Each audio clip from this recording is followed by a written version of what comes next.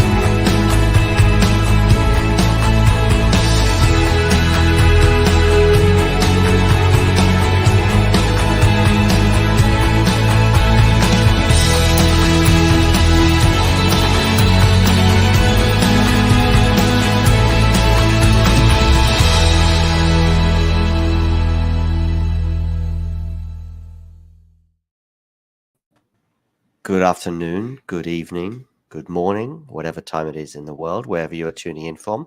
Almost to the exact hour, maybe not minute, but almost the exact hour, 2 years ago, I was sitting in my apartment and I had a chat with Owen Lewis about, what did we talk about? Of course, I mean, it was with Owen, so it was about Nadal and Djokovic. Yeah, indeed. And by the way, if Damien is sounding a little bit slurred, he's on his second or third beer. I think it's the second, but see, we can't have even- something great here, actually. I will bring it. Yeah, bring it. I will bring it. Not yet to be opened. However, our manager of our host of the Airbnb brought us this thing, and he said that we can drink it. So shout out to Hui, who brought us this. It's apparently porter wine. We also have 2 glasses, and we will probably drink this tonight. John is apparently not a fan of the porter wine. I'm not a fan of wine at all. So if he refuses, I'm still gonna drink it. It's free alcohol. But for now, we're just getting some. We're looking at it. We're looking at it with we're looking at it in a sort of jealous way, envious way, much like Iga Swiatek will be looking in an envious way towards Kim Wen-sheng. towards the gold medal match. I was towards thinking. Kim Wen-sheng, she will be looking at. Mario, we are here to relax and have fun. We'll keep our eye on the women's semi-final and Washington. And has the doubles match, Mario, finished with Murray? No, they've just saved 4 break points, the Americans. And yeah, they had 1 match point. I remember Trishen, by the way, who's commenting very, very occasionally. Trishen joins, and Trishen, I think, is a Raducanu fan. Maybe the name sounds familiar. Maybe Nadal as well. But actually, probably like 5 times in 2 years, I've seen Trishen in the live chat, and one of those 5 times was that first ever show with Owen 2 years ago. I'm going to probably share a score on the screen as well. Whilst I want Mario to tell me about let's start with Iga. I mean, I tuned in basically for the whole match because I started watching at 2-1 in the first set. So Kim Wen had just broken for the first time. So the first game I watched was a great game from Iga, the one where she broke to love to go 2 games all. But after that, she crushed under pressure. I feel, I think it's pretty clear to everybody because it's really rare to watch her hitting so many unforced errors throughout, 36 in a 6-2, 7-5 loss. And yeah, Kim Wen has played an honest match, doing what she had to do, staying tough mentally after, getting down a double break in the second set. Iga helped her a lot, of course, to keep believing. I have to say it. And yeah, I mean, it's tough to recover now, but should be the overall main favorite still to get a bronze medal. That, I mean, it's still a thing to win. I mean, for her, maybe not that big, considering that she was the big favorite for this tournament. Everybody was kind of, even before today, before the tournament, everybody was kind of expecting her to win that medal, or at least, she was the clear favorite. But still, she has a chance to kind of redeem herself a little bit if she still can get a bronze medal, I'm pretty sure she would like it. Let's see if she's going to be in a good position, because she will be the favorite from because her level can be very good. She will be the fresher physically, because probably the loser of this match is going to end probably at around 11 a.m. midnight and came back to play at 2 p.m. I think I read that on the order of play. So but today today's performance has been very, very bad, actually. One of the worst I've seen her play on the clay. It was very clear that pressure played a huge role. She was talking so much with her team, in disappointing for herself. It was clear that she was struggling to to just keep going and to keep looking at the next point, resetting from her mistakes. And she entered this bad loop mentally that kept going, actually, even when she went up 4-love in the second set. And it's been a bit tough to watch, but also good job by Qingwen. She's playing well, representing her country. She's getting very emotional. I've never seen her actually acting this way. You can really feel how big of a deal it is for her. And we'll see how it happens. I feel like both are going to be the favorite in their respective finals. Mario, you did a great job of answering that question in a lengthy manner, so I can find the score, and Damien could also get the matchup on the screen. I can see that we're potentially very near the end. I'm going to try and do something very clever right now. I'm going to go to the live chat when I can actually find the live chat, which could take me a minute or two. And I'm going to bring up some comments, but I'm going to do them in a amusing way when I can come back to StreamYard. Where are you, StreamYard? This is not very clever, is it at all? This is very talking tennis, I would argue. Here we go. There we go. Right, so here we go. I'm still here 2 years later, said an opponent of Novak Djokovic as he waited to serve. You like that one? No. Shh, quiet, please. There's a doubles match going on. Port White is almost as sweet for Ghosty. Port wine, I should say, is almost as sweet for Ghosty as a victory against Iga Swiatek. How about that one? Do you like that is one? on the beers too. Novak John's on the beers too, as you can see. I like the energy between Evo and Andy. The energy is almost as vibrant as it is here in our Porto apartment, as it would be on the Challengers. Beautiful view. Literally the ugliest view in Porto you can get. Like when we walk to the venue, it's beautiful. I mean, we can literally see like the whole city sometimes. Sort of we are going uphill, then going downhill when we are coming back. But from our apartment, it's like literally trash bins and just, industrial views. By the way, I don't think we could have a 2-year anniversary without Jake, without Ghosty. Also, as I said, in many ways, Trishan as well, and Ashley Partridge too. I'm adding Partridge as a surname. Keen, I'll get Damien to address your question in a second, but I think we all have to take a bow and a short moment of silence to recognize the entrance of Sir Nurlan of Ramatsanov has arrived. By the way, Nurlan, you're late, so you're in danger. Said I caught you finally, so maybe he was waiting around for us to start. Maybe, Didn't want to be like. They're still playing, okay? Yes. But they're about to serve for the match, right? Yes. Yeah. Yeah, for the second time. Is it Taylor or is it Tommy? This time it's Taylor. Okay. Keen, I am drinking this wonderful Bandit do Pomar, which is basically apple cider in Portugal. I also drank it in a Ashtori a couple of times. It was fine. Nothing special. It's bigger than the Somersby, because Somersbys here are sold in like 0.33 milliliters or whatever, centiliters, I guess, liters in that case.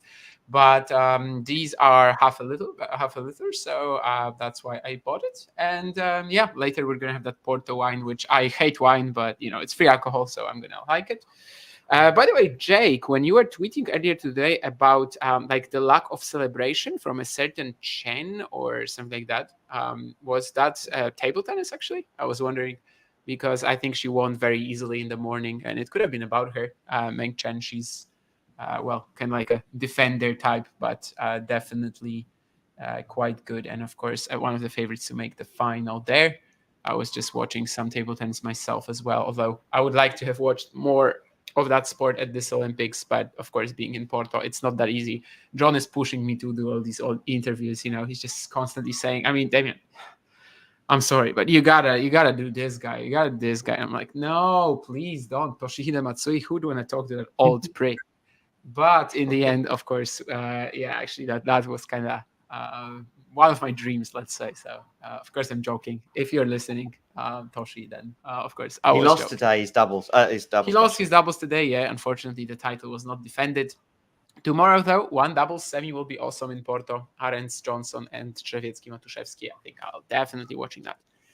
But yeah, 15 all on our screens. Taylor Harry Fritz serving, and it doesn't seem like that block return or like an attempt of a block return from Evo will go in. Loopy resets. I mean, I saw you pointed this out, Nurlan, to me in the comments, but I mean, she was playing like this today, right? I mean, she was getting the ball high up and trying to like break the rhythm of Iga, which I think was an example of playing the match very well. Like, it's not really her usual style, but she does it because she sees that Iga is nervous. She does it because she sees that on this particular occasion it's going to work very well, and it did precisely. Yep, indeed. I actually haven't really seen any Olympic tennis today, so I'm not in any position to comment. I mean, you saw some Porto tennis. Saw plenty of Porto tennis, but not. Did some great interviews, obviously, with Raymond as well. It was a great interview I think we did today. He was very, very good in coming forward with lots of info, so do check out that video. This is it. Especially through the back end, it was super effective. You're absolutely right. Who's talking about the back end? Oh, okay, ATX. Too much points, by the way. Second serve for Taylor, and we will see he's serving at Evans, so probably at the back end. Evans is stepping. It's gone long. Yeah. So the dream is over. Tried to run around, did the right thing, knew where Taylor was going to serve, but he lands it out. Is he going to kiss him? He was grab and hold Tommy Paul Almost. there, like a former ex-girlfriend of Tommy Paul's. Oh, yeah. Who they've now split up. Yeah, I heard that. Lots of tennis breakups recently. Mahat Shinyakova, but they're still playing in the mixed, and they're still good. Talking of breakups, lots of tennis breakups, including Stefanos Tsitsipas. 2 breakups, actually, I think. Breaks up. Indeed. Hi, Aidan. How are you? Hello. I'm good. How are you guys? Good. Great to have you on the show. Show us the whiskey. No, I'm just purely drinking a little bit of Coke. It's fine. Okay. Yeah. As you wish. We don't force alcohol on people here. Dzięki błędem new Wozniacki. Wow, Ghosty. Yeah, probably no. She's not that defensive. Oh, definitely no. Yeah.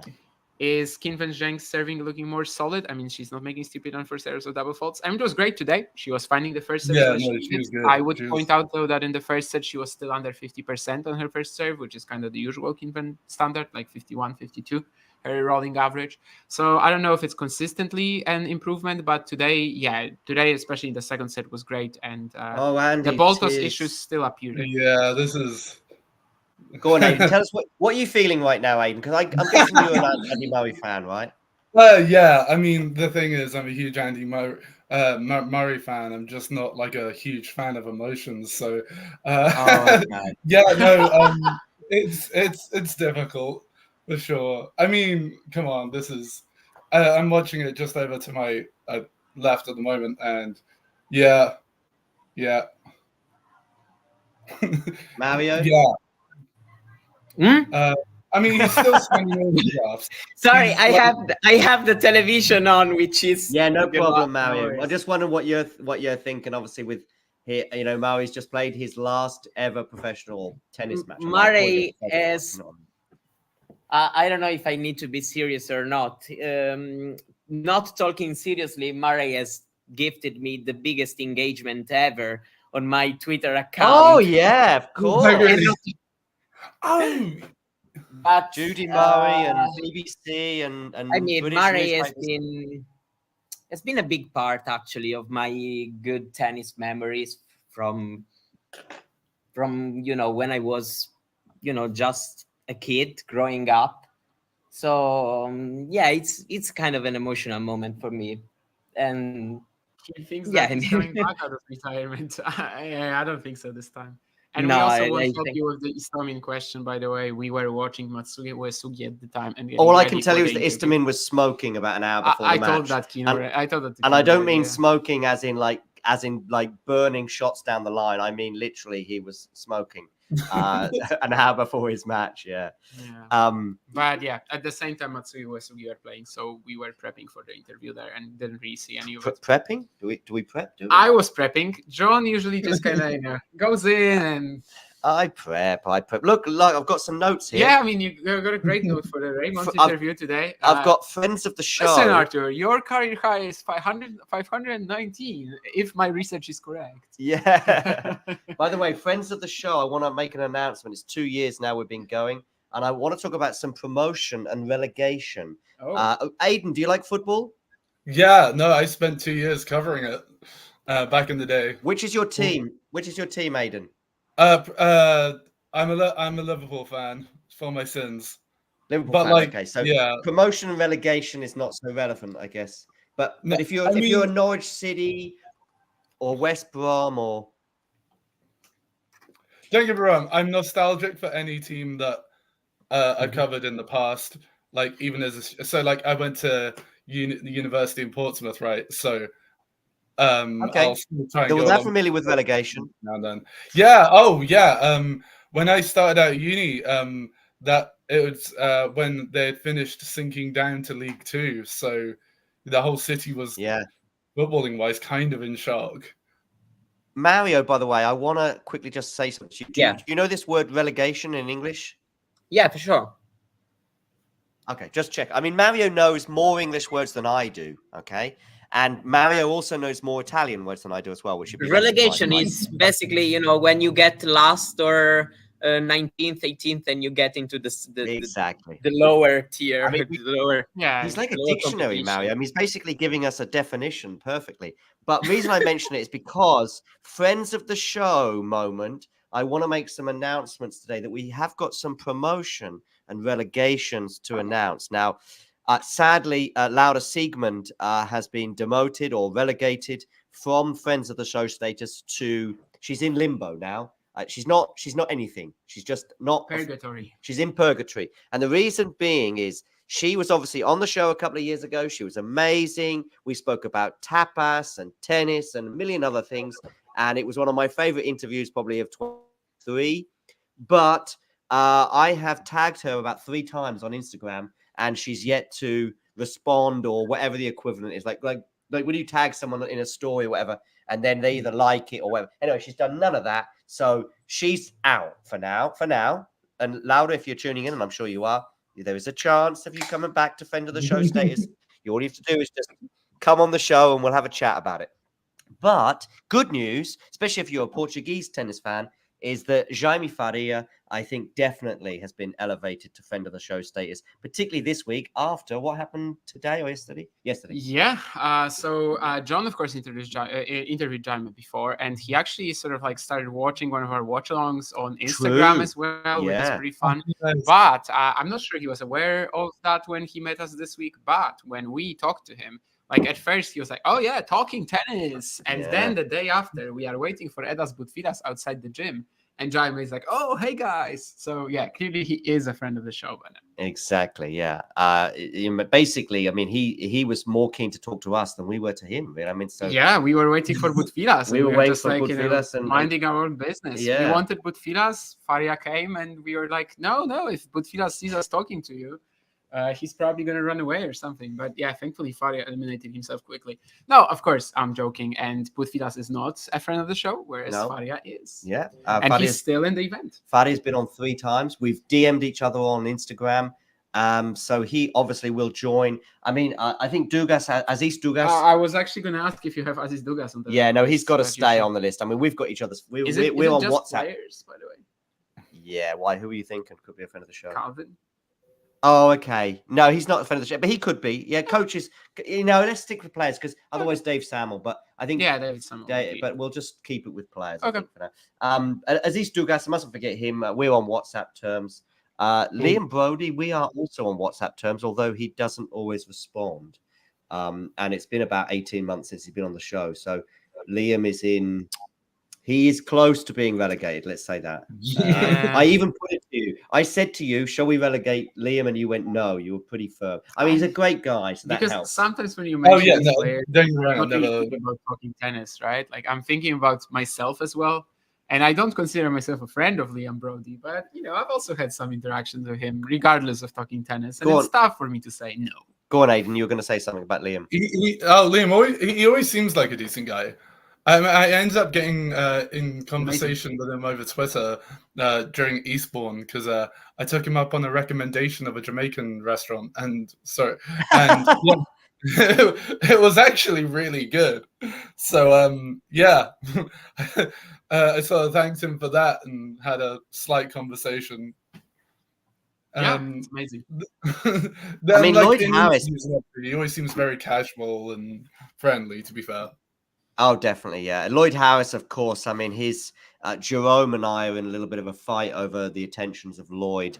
So he's obviously on the list. But Lloyd, you do like me more than you like Jerome. That is a fact. We all know that. Jasmine Paolini, by the way, of course, she's a friend of Talking Tennises, but she's also really a friend of Mario's, right? A friend of John as well. Well, she's a fan of mine. She's a fan of mine. Let's say that. She's a fan of Mario. Mario, did you see that photo? I did. When they're sitting together in like this two years ago when Mario interviewed her, yeah. In Parma. In Parma, yeah, in Parma. In Italian, in Parma. Parma ham. With yeah, some I know ham. Parma, yeah. Yeah. Matthew is also asking what you're drinking. Everyone's very curious about what you're drinking. I'm drinking Bandito Pomar, masa, which is apple, and it's sidra, which is cider. Very good. It's Edição Limitada, which of course is limited edition. Aiden is on the Coca-Cola, I believe. And Mario, what are you drinking? I mean, I was completely lying on that front. It's not about whiskey, Oh, okay. I'm going to really disappoint because I'm drinking a Coke. Actually, Coca-Cola. That's okay. Just like Aiden. No, but Aiden is. I think Aiden's got whiskey in his. Is it the same volume Coke as Aiden's? Yeah. I thought so that is myself as the super clean, only drinking Coke. Quite relaxed, all fine. But I'm 20 minutes in. We're old friends by this point. Keen, I mean, I just said about this year, not in general. I mean, this year I don't think he will, but in general he might. Did Damien tell Monacan that he does not think it? Oh, you didn't? You said that to him? You said he won't make the top 100? To Keen. To Keen, but not to Monacanas. Not to Monacanas. Yeah. But next year, I mean, sure, go ahead. In the chat, by the way, do let us know what you are consuming, whether it be breakfast, lunch, or dinner, or some beverage in between. We're watching table tennis right now. I mean, you didn't tell me to watch any other match, so I just put on Truls Moregard, who defeated the top seed, Wang Chuqin, 2 rounds ago. He has this great hexagonal racket, which apparently is allowed now. Have you been enjoying the Olympics, Aiden? Yeah, no, it's good. I haven't ended up watching some of the swimming on Tuesday night, where, of course, the Brits won gold. Very targeted. How are Britain doing in the medal table, by the way? I mean, to be honest, offhand, I don't actually know. I've mostly been watching the tennis. Sorry, Aiden, say again. I've mostly been watching the tennis, if I'm honest. I haven't. I have no idea. I think once the track and field events start, which I'm guessing is tomorrow, they start doing the track and field stuff. Normally, it's like the Friday of the Olympics, like the first Friday, if you like. And then the 100 meters is normally quite early on, either the Saturday or the Sun, or as in the final. That's always what I get excited about. Mario, how are Italy doing in the Olympics? I don't even know. Yeah, that's it. I feel like they've won 5 golds, which is okay. In Tokyo, they had 10 in total. So I feel like it's okay. In Tokyo, it was 10, 20, 20. So I feel like I think they've lost against the United States in fencing, the final probably. Oh, they were down in the score. If they won, it's the 6th. So fencing, is that when you put a fence up? Is that when you put a fence? No, I'm kidding. Very bad joke. Lame. I have to be honest that I'm not following a lot of side of tennis. So. Nick. Hello. Nick of time. Nick, in the nick hello. of time, Nick. Yeah, sorry to to also That was better. That look was at better. Nick's face. He's got a face like Iga's just lost a tennis match today. You lost a tennis match today? Yeah, she did. She did. Against a very dangerous opponent. For love in the second set. Yeah. There's two players today that messed up 2 double break leads with Tsitsipas as well. Floating? Don't know what they're talking about. My favorite casual sport is floating. Maybe, yeah. You just go into the water and you float. Is that the sport? Maybe it's going on at the Well, Olympics. fortunately, I would love to Tommy watch Paul that. Is the one 1 that point doesn't away. Go on, from the Mario. double Sorry. break lead. Fortunately, Tommy Paul was 1 point away from a double break lead, but didn't get there. Oh, So I really? cannot show you the clap. Yeah, it was 3-love, 34 in the 4th game. So 2 break points actually he had. Oh. So Listen, yeah, wow. Listen, what we're going to do is we're just going to take a quick 60-second break because I want to play a video Sure. that I think some of you have not seen, as in Nick and Aiden. So I'm going to play that video now and we'll be back. Yeah.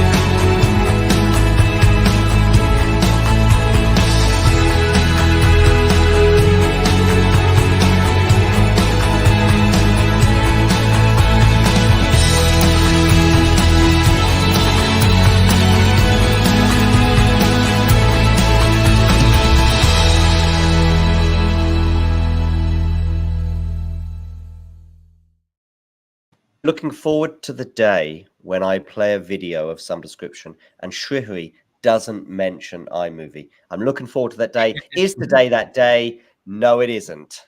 I think he's he's actually subtly putting shade on me because he's like, this guy doesn't know how to create videos, but he knows iMovie. And then he'll mention something like, but I've got the iMovie version from like 2016 or something. Anyway, Nick, how are you? I'm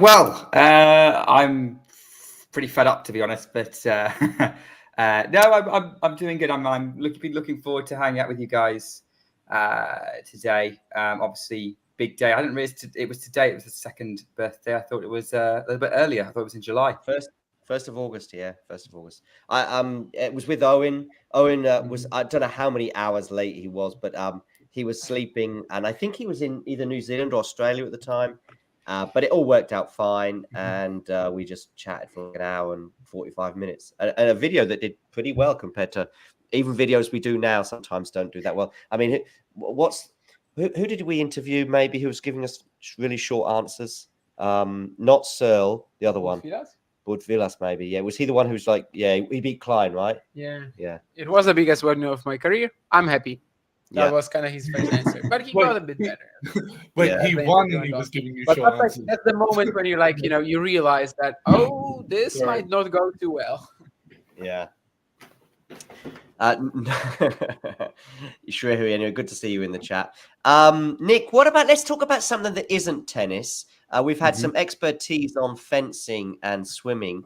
Anything at the Olympics that you've been excited? No, I know Nick is going to really struggle here. But has there been anything at the Olympics that you've been excited about?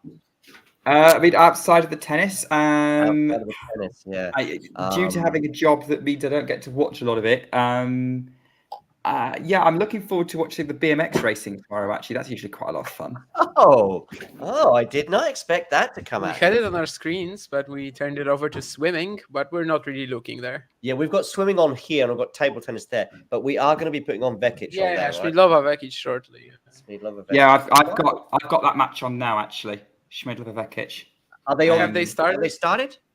Yeah, they started. It's going with serve 2-1 Schmiedleva. Oh, okay. Okay, let's put it on. Let's put it on. And John is not allowing me to watch table tennis. Okay, well, I would I can like make to, it but I mean, Schmiedlova Vekic has to sort of come into our consideration. But- very I No, need it's to not ask, the are you best guys to coming define. to us from a cupboard or a commentary box? Let's go commentary box, but it might not be. It's a sofa of sorts. I mean, for a young person, I think it's not a bad YouTube setup. it's a good one. Yeah. You know, bearing in, I mean, this is obviously comparing to our previous YouTube setups, which sometimes James, when he's on, he's sometimes almost like off the screen because he's like this. I'm sometimes the same on my sofa, but we can't all be professional and upright like Nick, of course. With my door in the background. The door is okay; it's a part of the furniture, like you, Nick. Well, if I was an item of furniture, what item of furniture would I be? I reckon I was going to say. I feel like I don't know you well enough. I was going to say the couch, but I don't know if we can lie on Nick. What else could he be? Something very solid, I would say. A chair. I'll take A chair that we're very fond of, but we never sit in. It's there for show. I don't know where I'm going with this, by the way. I don't know where you're going with this either. All right. It is, all right. to be Aidan, fair, you with know a tricky John pretty well. question. What item of furniture would John be? These are very... In the live chat, let us know what item of furniture would I be? I'm going to share the score on the screen anyway. Jake, I think he kind of slowed down. Actually, you know, I don't think he's really going for it. Well, what's this? Love when Silky has a few beers. Jenny, anything can happen. What about the cigars, Jake? Well, Mario has seen me on the cigars, and I know that Jake was laughing about this. He said, "I'd love to see Silky on the cigars." This is in Berlin, by the way. A friend of mine, I think she just she went somewhere on holiday and bought a load of gifts, and for some random reason, she had a spare cigar, and she gave it to me. A footstool king? That sounds a little offensive. What? You know, Nick as a... Oh, you've got to stop paying attention to the live chat. You don't normally pay attention to it. I don't really pay attention. I pay a lot I of know attention. you It has do to be it the first time in 2 years.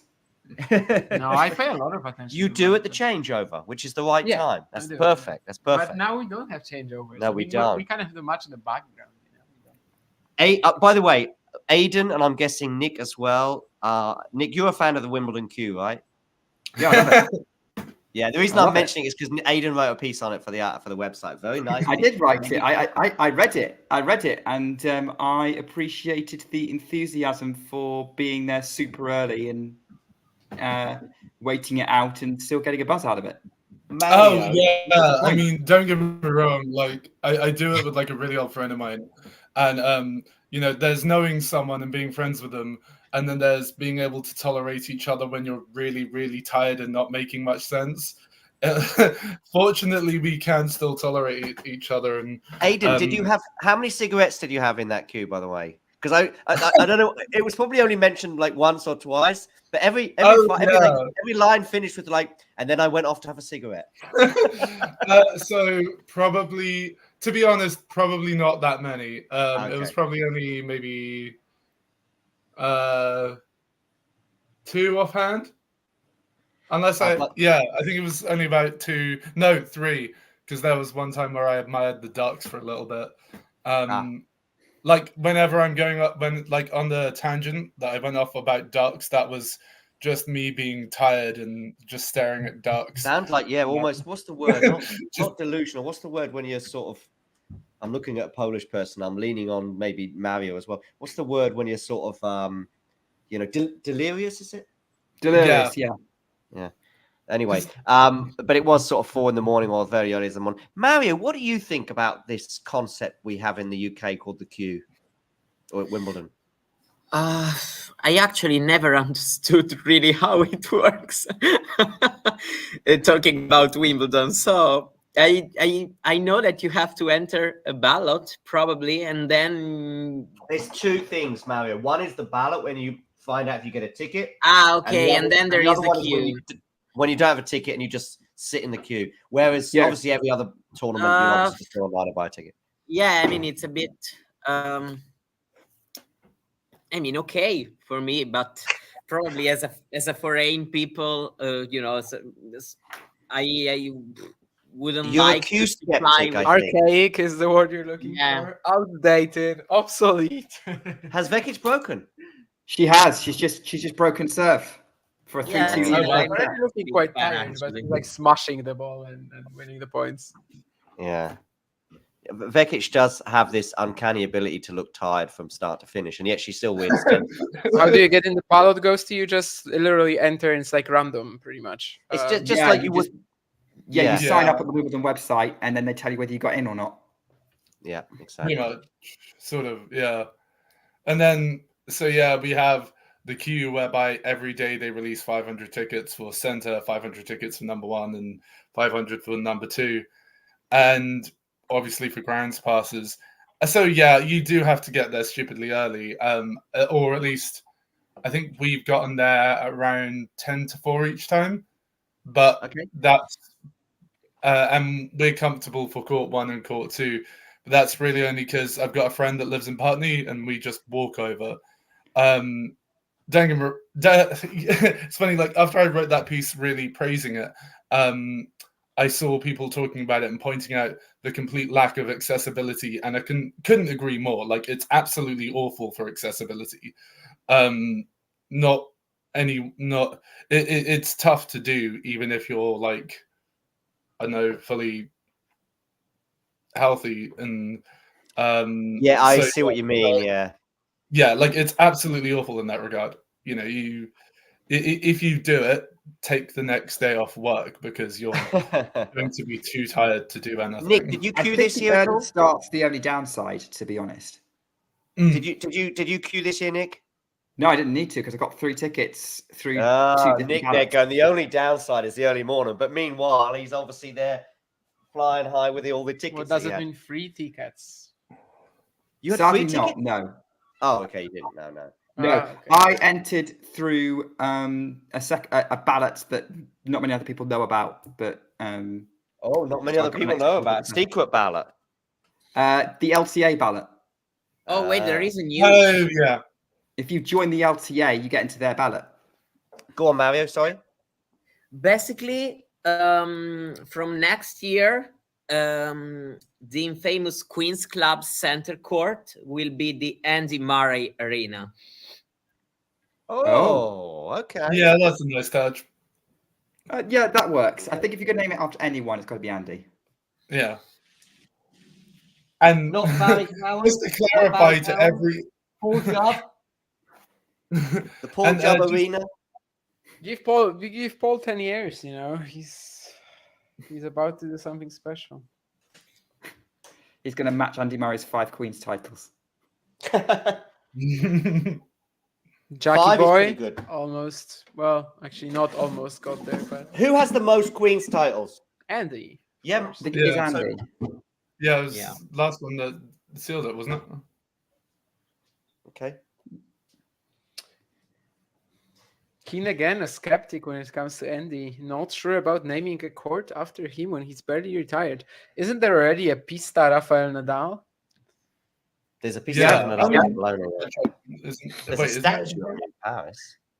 There's the Yeah. Roger Oh, Roger Federer Halle in Halle.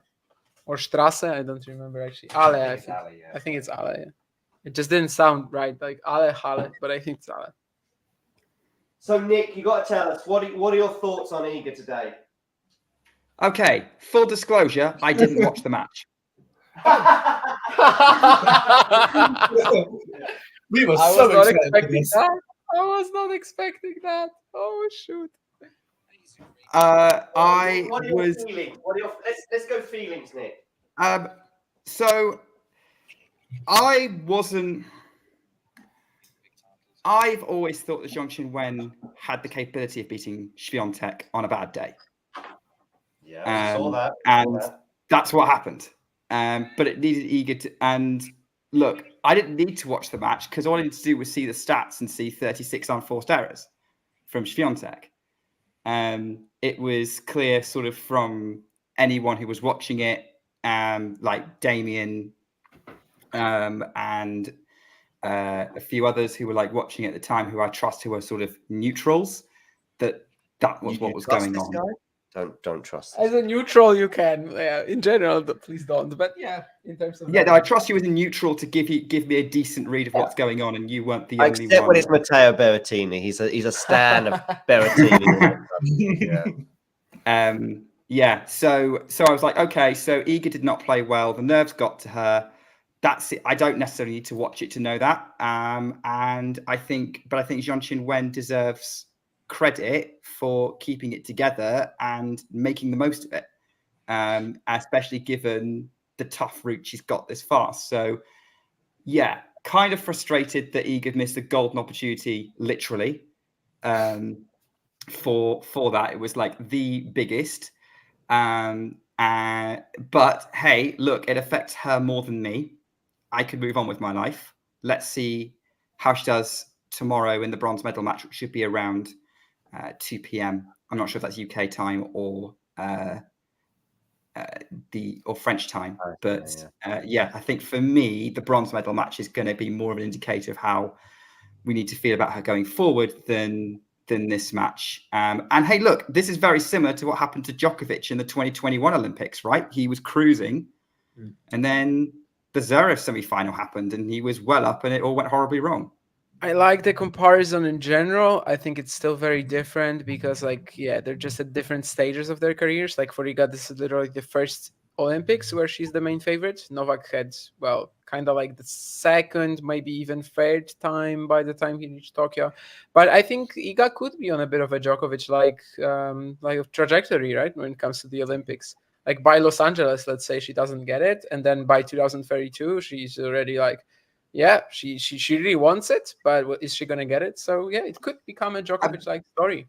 But also, let's face it, is Iga ever going to be as heavy? Iga and Djokovic were the heavy favourites in the two Olympics that they ended up losing in the semi-finals of. Because when we were doing the Tokyo Olympics, we were like talking about 3 slams for Novak. Who was going to challenge Djokovic? Djokovic was on a roll at that point. Like Medvedev seemed to have gone off the boil. Zverev hadn't yet turned into the person he was by the end of the year. The Olympics kind of kick-started that. So really, whereas the other Olympics, Djokovic was kind of joint favourites with Federer, Murray, Nadal. Yeah. And that's Mario, what are you thinking? Me? Yeah. So I thought you were going to say something. There's a question here for you, Nick, by the way, from Nerlan. I missed it. Which we can... here it is. It's on the screen now for both Mario. Let's give it to Mario and you, Nick, both of you. I'll let Mario go first. Go on. I mean, I've always, I think it depends more or less on the same metric, which is the quality of the performance of the opponent, and of course also Iga's performance. Today she didn't play well at all. And of course, it took a player like him Wen to take this opportunity and win.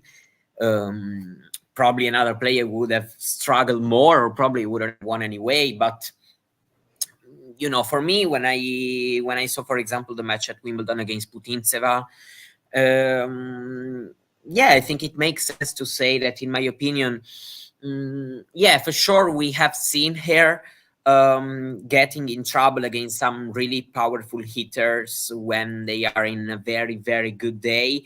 But in the end, of course, also somebody who can bring something new can of course change a little bit the script of the match. And so maybe if she's not feeling that well, she may get a little bit anxious of probably overheating on trying to find a winner, and feel this pressure a little bit more than usual. So I feel like so far I'm standing in between. I still think probably the powerful hitters in a very peak day can be the most dangerous thing. But overall, I feel like in any case, you need to really find a very, very good day to execute your game, at a good level, and also to be consistent in doing this, because as we have seen today, for example, at the beginning of the second set, with Iga, there are moments that if you don't manage them well, then you may start really struggling to keep up at her pace, in the match. So yeah, I feel like I'm standing a bit in between, actually. Sure. Just before Nick gives us his thoughts on that, I just want to show this tweet from Casper Ruud, who seems to have taken his loss. Seems to have taken his loss to Felix pretty well, but he just when I first saw it, would it be possible? I thought he was going to try and enter the golf event, but it turns out he just wants free tickets. The website is down. Nick, what do you make of either what Mario said or the question from Gone are the days where athletes could enter multiple sports. Indeed, I mean, back in the day, you'd have somebody playing football in winter and cricket in summer. Yeah, the good old days where sport was paid by gentlemen amateurs. So, on this question, I agree with Mario. I think, and to be honest, actually, the day Putativa beat Iga, she was hitting the ball probably harder than she usually does. So, I think the thing is, bearing in mind I didn't see today's match, I've never watched a match where Iga lost, where the opponent wasn't playing the best tennis they could possibly play for at least long stretches of it. And I don't think the game style matters in that respect. If everything clicks, you will win if you're a tennis player. And I think that about matchups with anyone. Same thing has happened when Arena's lost or Elena's lost or Coco has lost to a certain extent.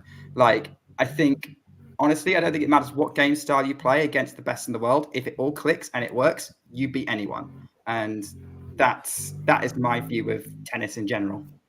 Damien? There was that long stretch, though, when Iga didn't lose to like a defensively oriented player for like 2 years or something like that, In general, I do think that the flat hitters have a better way of dealing with her, just, I don't know, throwing her completely.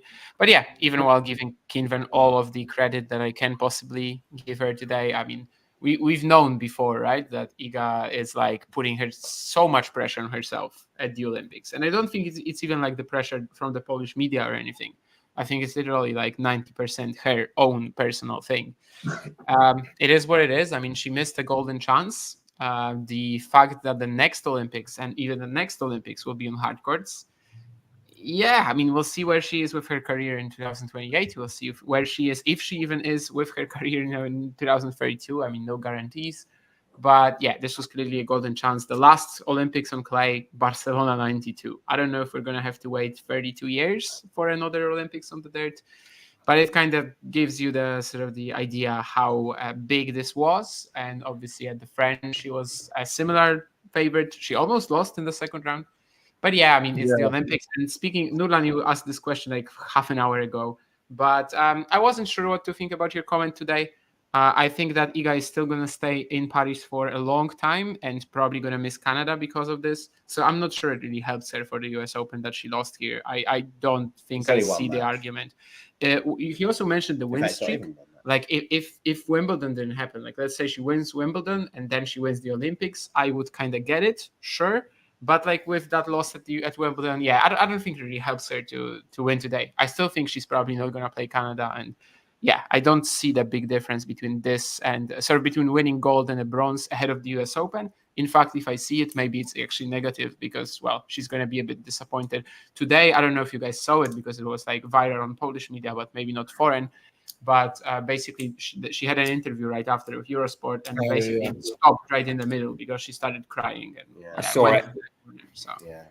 I saw some. I mean, you could even tell. You could even tell towards the end of that second set. Like I remember, she was just a bit like unusually, really quite animated and frustrated, even just with the ball kid, and I couldn't quite even make out what had happened. And you could just tell, the pressure was just far too much on her.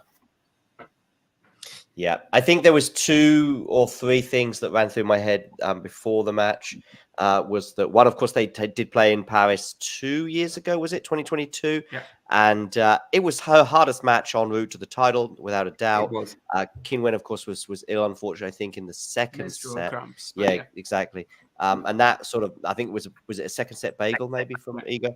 Yeah. And then the third set was reasonably competitive, but without the stomach. It was 6-2, but it wasn't. But anyway, second set.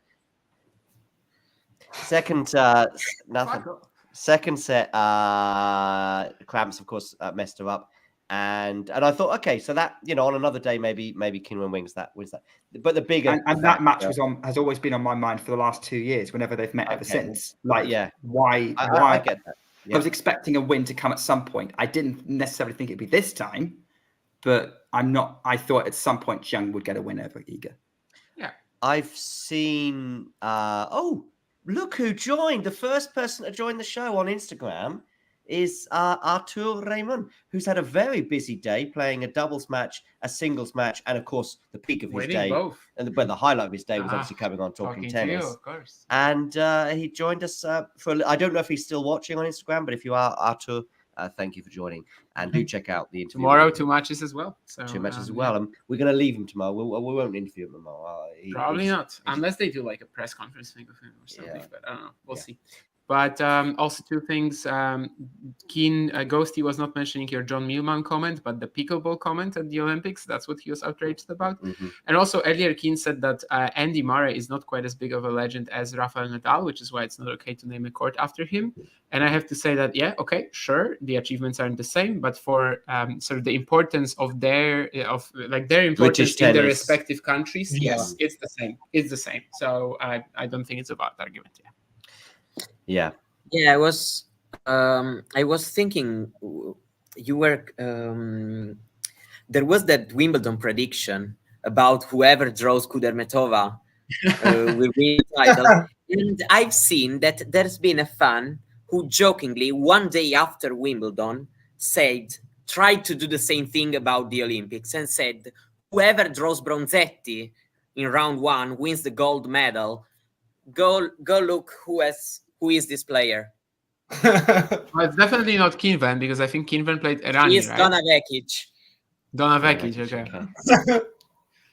But that's just one. Is that the same person who tweeted about? No, another person who tried this one day after Wimbledon. Okay. Nice. Yeah.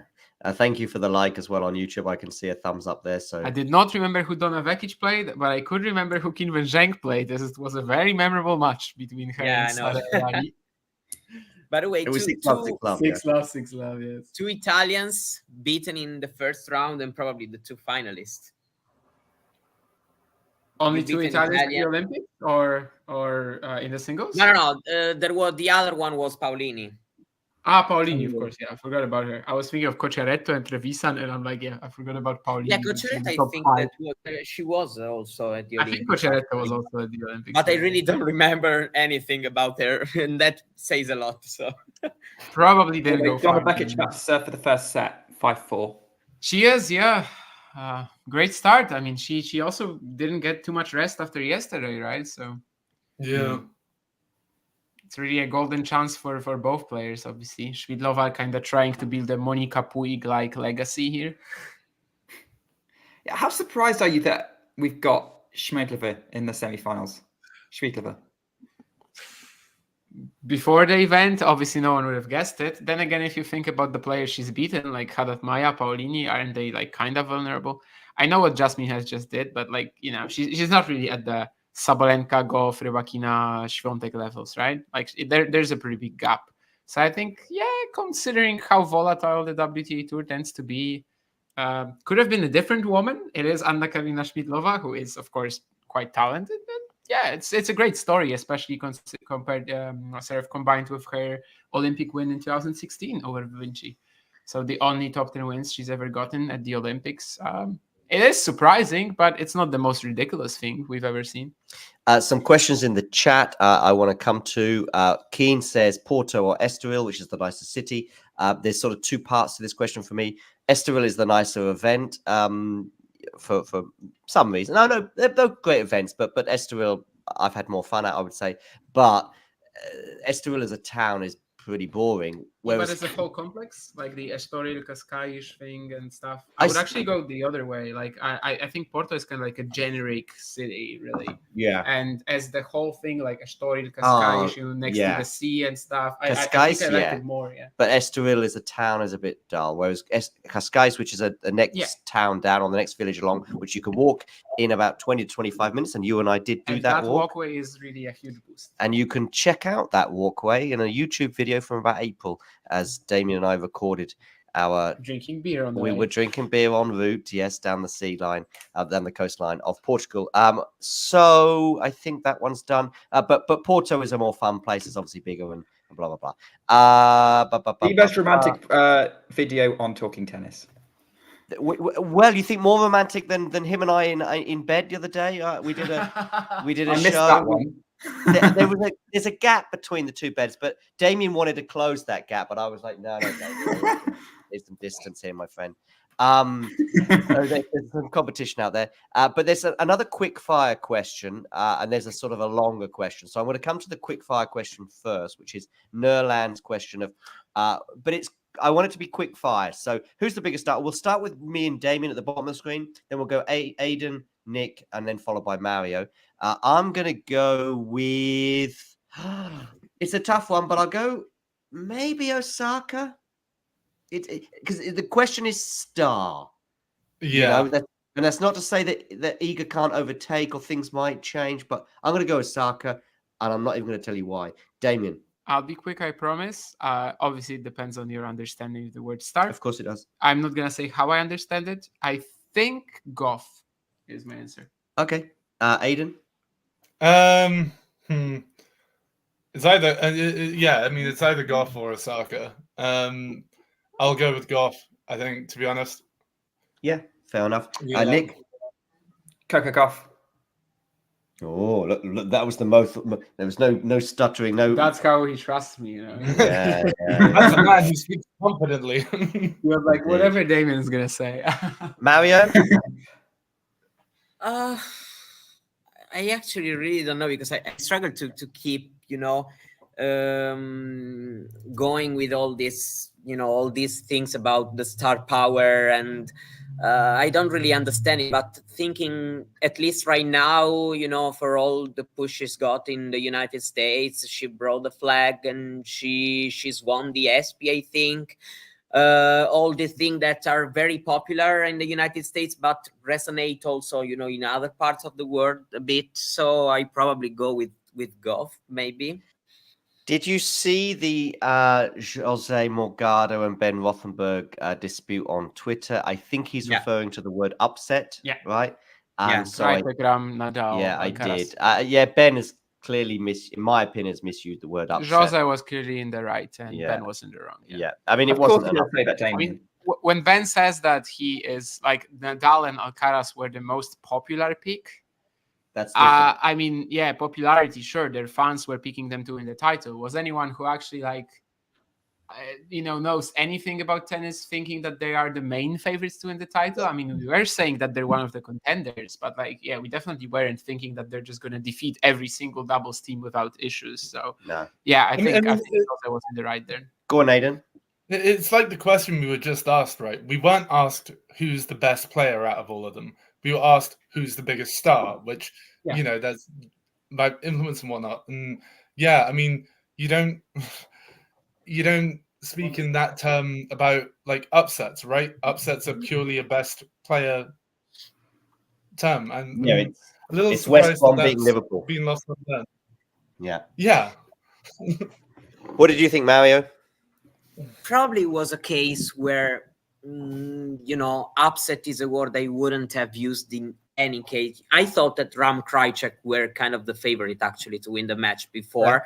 Yeah. But at the same time, I don't know, I give upset a big meaning, at least, in tennis. I usually use it, meaning a big surprise, So I probably wouldn't have used it in any case, even if I thought that Ram Krajicek were favorite in the match, actually. For me, the result could have been anything. It could have been 2-2 for either side. It could have been a third set tie break.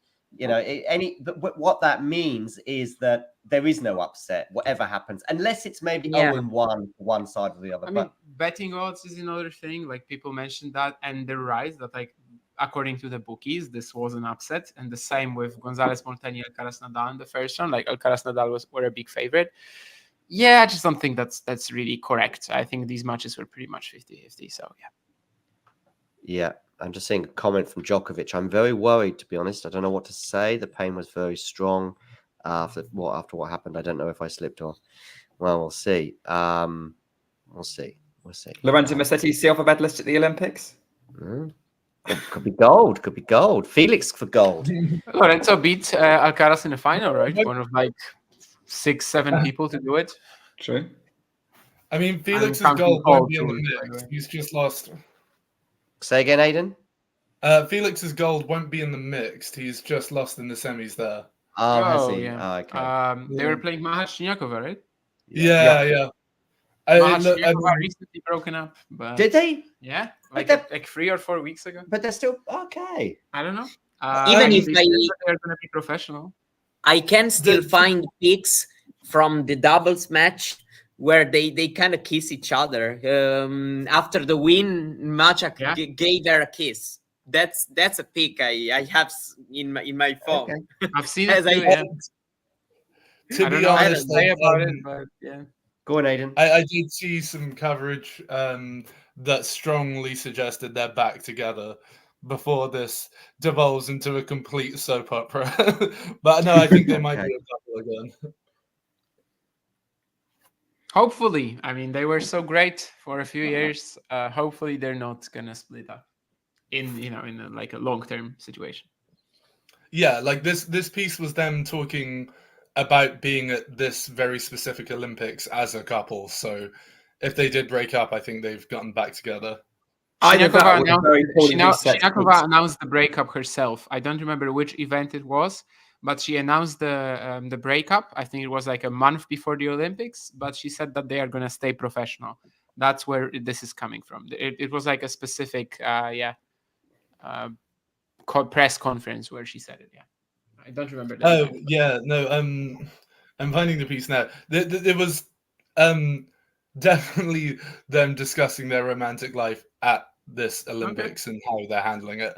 So I guess they are back together, which is great. If you guys really do just want to sit down and gossip, I can send you over the link. Okay, sure. Jake here is asking you, Damien, a question. There's also a point about Ram and Krajcik and their ability on clay. I think you can get away. It is their worst surface, for sure. But I think Krajcik, do you know what he did last year at the French? No. He won the title with Ivan Dodig, so there you go. But also I think in terms of movement, maybe you can get away with a bit, like in terms of any advantage that Rafa may or may not have had, a younger Rafa, and also obviously Carlos. It's probably in doubles is more than equalized, if you like, by a lack of play time on the doubles court. Damien, what's your opinion of Vekic? Jake asks. Very talented ball striker. I don't know. Would be nice if she got like a stint in the top 10 or thereabouts. Of course, 4 years. I feel like I've seen her lose lots of tight 3-set matches. Yeah, she does have an issue with choking for sure. I mean, the match against Paulini as well. Physically and mentally, was pretty crazy, right? But yeah, I mean, she's been such a solid part of the tour. Anytime you get her on like a slicker, faster surface, she's amazing. And of course, here she's also doing well on clay. So. She's just broken Schmiedlova to love in the opening game of the second set, although it was helped by Schmiedlova double faulting at breakpoint. Maybe Matthew is right that Mahat and Siniakova got back together on the cardboard beds. We will never know, and I don't think we want to know. But, Jerome here, look, he's getting involved with the debate between Ben and Jose. He's obviously coming down on the side of Jose there. By the way, I was thinking about doing a poll today, but I didn't get round to it. Like, which member of the Talking Tennis team would you like to have on your side in a barroom brawl? If you're in a bar, like a big fight broke out, I think there's a couple of obvious candidates, and Jerome is one of them. Who is the other one who I think would be useful on your side? Definitely not me. There's one other person who springs to mind. I don't know you guys well enough to say which one I think would be the most drunk and violent, so I'm gonna pass. But I can tell you, so if you're struggling, I don't know if you've got any ideas, Damien, I on mean, I think I might remember our conversation. I think you mentioned that maybe Tom would be okay. But Tom. that's only because you said it, like in a Yeah. conversation. No, Tom I wouldn't have come up with Tom this. would be very useful. Keen is interesting with the Miles, I guess, as well, which Yeah, I think Mars is fun. could get in amongst it. I But mean, he's more of a gentle we're guy. kind of going for size rather than anything else. And though, Miles, the only thing that what we could do, I've got some motivation for Miles. I can say that Isla Tomjanovic is a big fan of these guys we're about to fight, and then then that gentle giant the gentleness would go and he'd just go nuts. That's a motivational speech. I would definitely not the ones in Portugal, Nurlan. Yes, I think if we are to like outrun the guys that we are going to brawl with, probably we're fine. But in terms of beating them up, nah. Ghosty's got some very good memories here of some talking tennis moments when a squirrel sort of. We've had a few animals on the show. Mario from time to time, one of his dogs appears. Oh yeah. But we had a squirrel sort of fight life out of Isabel once.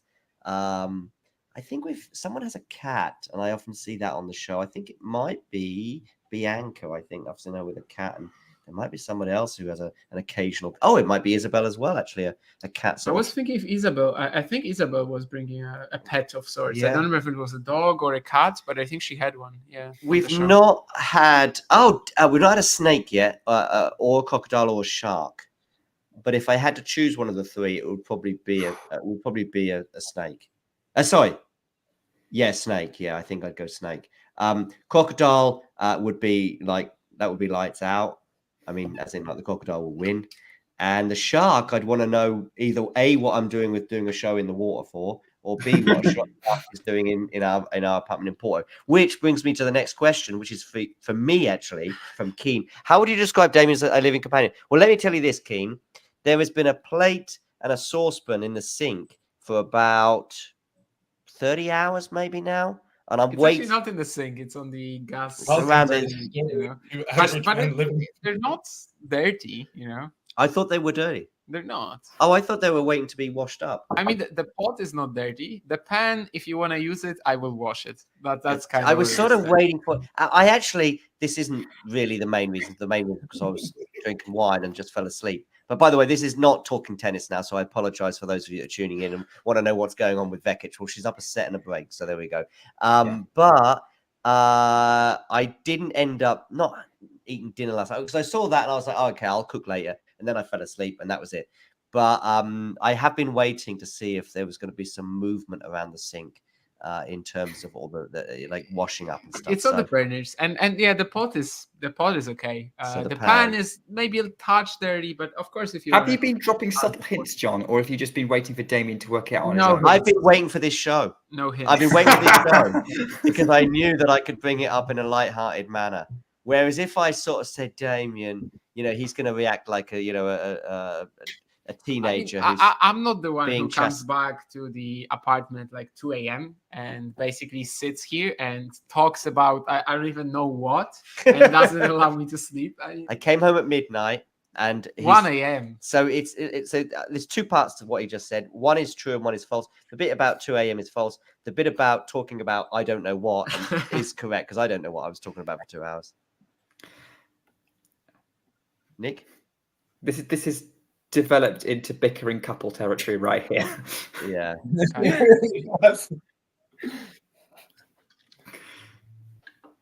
Let's get the score up on the screen, shall we? Get some tennis. Yeah, this is getting a bit brutal. I mean, I thought this was a perfect chance for Schmidlova, after that long match from Vekic last night. But that is the first positive point that Schmidlova has won this set. If we're looking at it like this, like Vekic has won 10 points to 2 so far, but Schmidlova just won her second point in the set with a winner. The only other point she's won was on a Vekic unforced error, which was just a narrow miss of a backhand up the line. We'll come to that in a second, Jake. It's a question for you, Mario, but I don't think we really had any Italian food in Berlin. We did. We went out for pizza. I think we went out for pizza twice in 4 or 5 nights. So sort of 2/5 of the time we were on pizza. God forbid it was with a pineapple. Oh, yeah, I've got.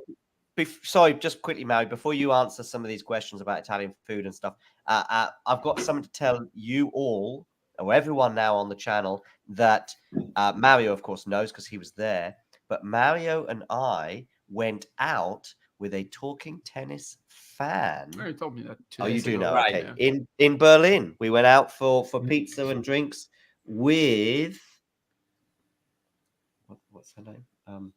What's her name, Mario? Elena. Eleanor, yeah. I Yeah. didn't know who actually, but Oh, I didn't tell you who. Yeah, you told me that we have a fan, but yeah, of course I okay. know Elena. Yeah. She's She on was Twitter, in she's on YouTube. She's exactly. everywhere. She was in Berlin, and She lives in Dresden, I think. she does, yeah.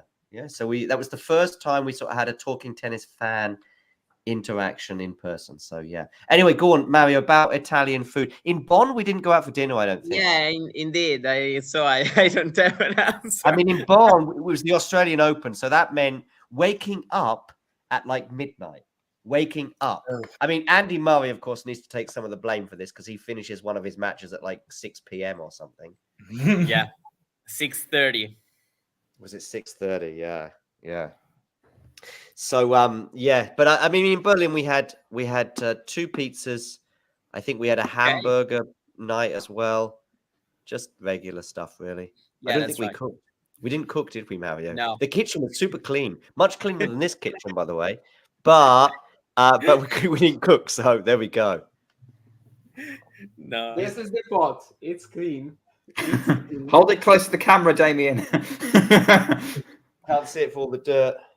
The pan is not clean, but again, you say a word and Vekic is very close now. Was that set and 3 love? Double break as well. Double break, yeah. Double trouble. Should I? She's been caught by a drop shot from Oh. Schmidt. Maybe I'm going to drink one more beer, but yes. Sorry, you can have some. Should I wait? If you have another beer, then wait. No, I don't. I did. Go for it.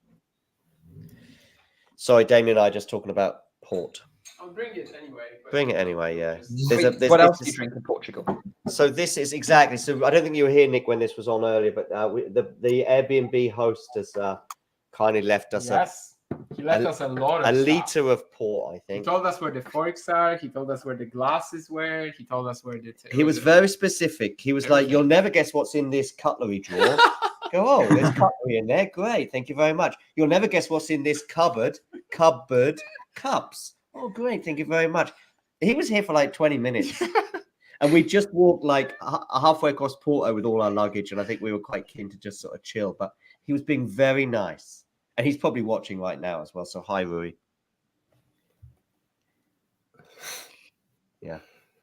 Wait, the pot is blinding me with its shine, says Cedric. So clean is that pot. Is Emma Raducanu playing today, by the way? No, I don't think. no, she's not. So Washington on the women's is less rounds than on the men's. Is what? I guess then, right? And fewer Yeah, rounds? women are 28 players. Okay, yeah. Because on the men's it's 48, so it's 6 rounds. So the entire round 2 has to be today. But they're both 500s. Yeah, but they're just. I mean, actually, on the men's it's different, right? You have 500s for 32, and you have 500s for 48. But yeah, I mean, no, yeah, you're right. But I'm right. But yeah, the entire round 2 on the men's has to be today. Round 3, yeah. Keen, this stadium is very, very close to where the Challenger is happening. So we basically see it every day. 5 minutes, or Yeah. even less, yeah. I've actually been to one match there anyway in 2004 during the Euros. I saw Greece beat Czech Republic. Ghosty here saying Vekic always looks gassed. She does. She does look like she looks like she's always struggling. But I mentioned that like after like Djokovic in the some ways. second, third game, right? That Yeah. she's like super tired already, but she's sorry, still Nick. keeping Sorry, great. Nick. What do you say? Kind of like Djokovic. Yeah, at times. Yeah, I think Djokovic will sort of be blowing out his cheeks, but everything else looks perfect with Djokovic. He's chiseled. You know, he's there's maybe a little bit of sweat, but it's not like he's. It just looks like, you know, there'll be some sort of movement issue, if you like, and it'll be 15 minutes into a match that ends up going 4 hours. But we won't get into that, especially as Miles isn't here. So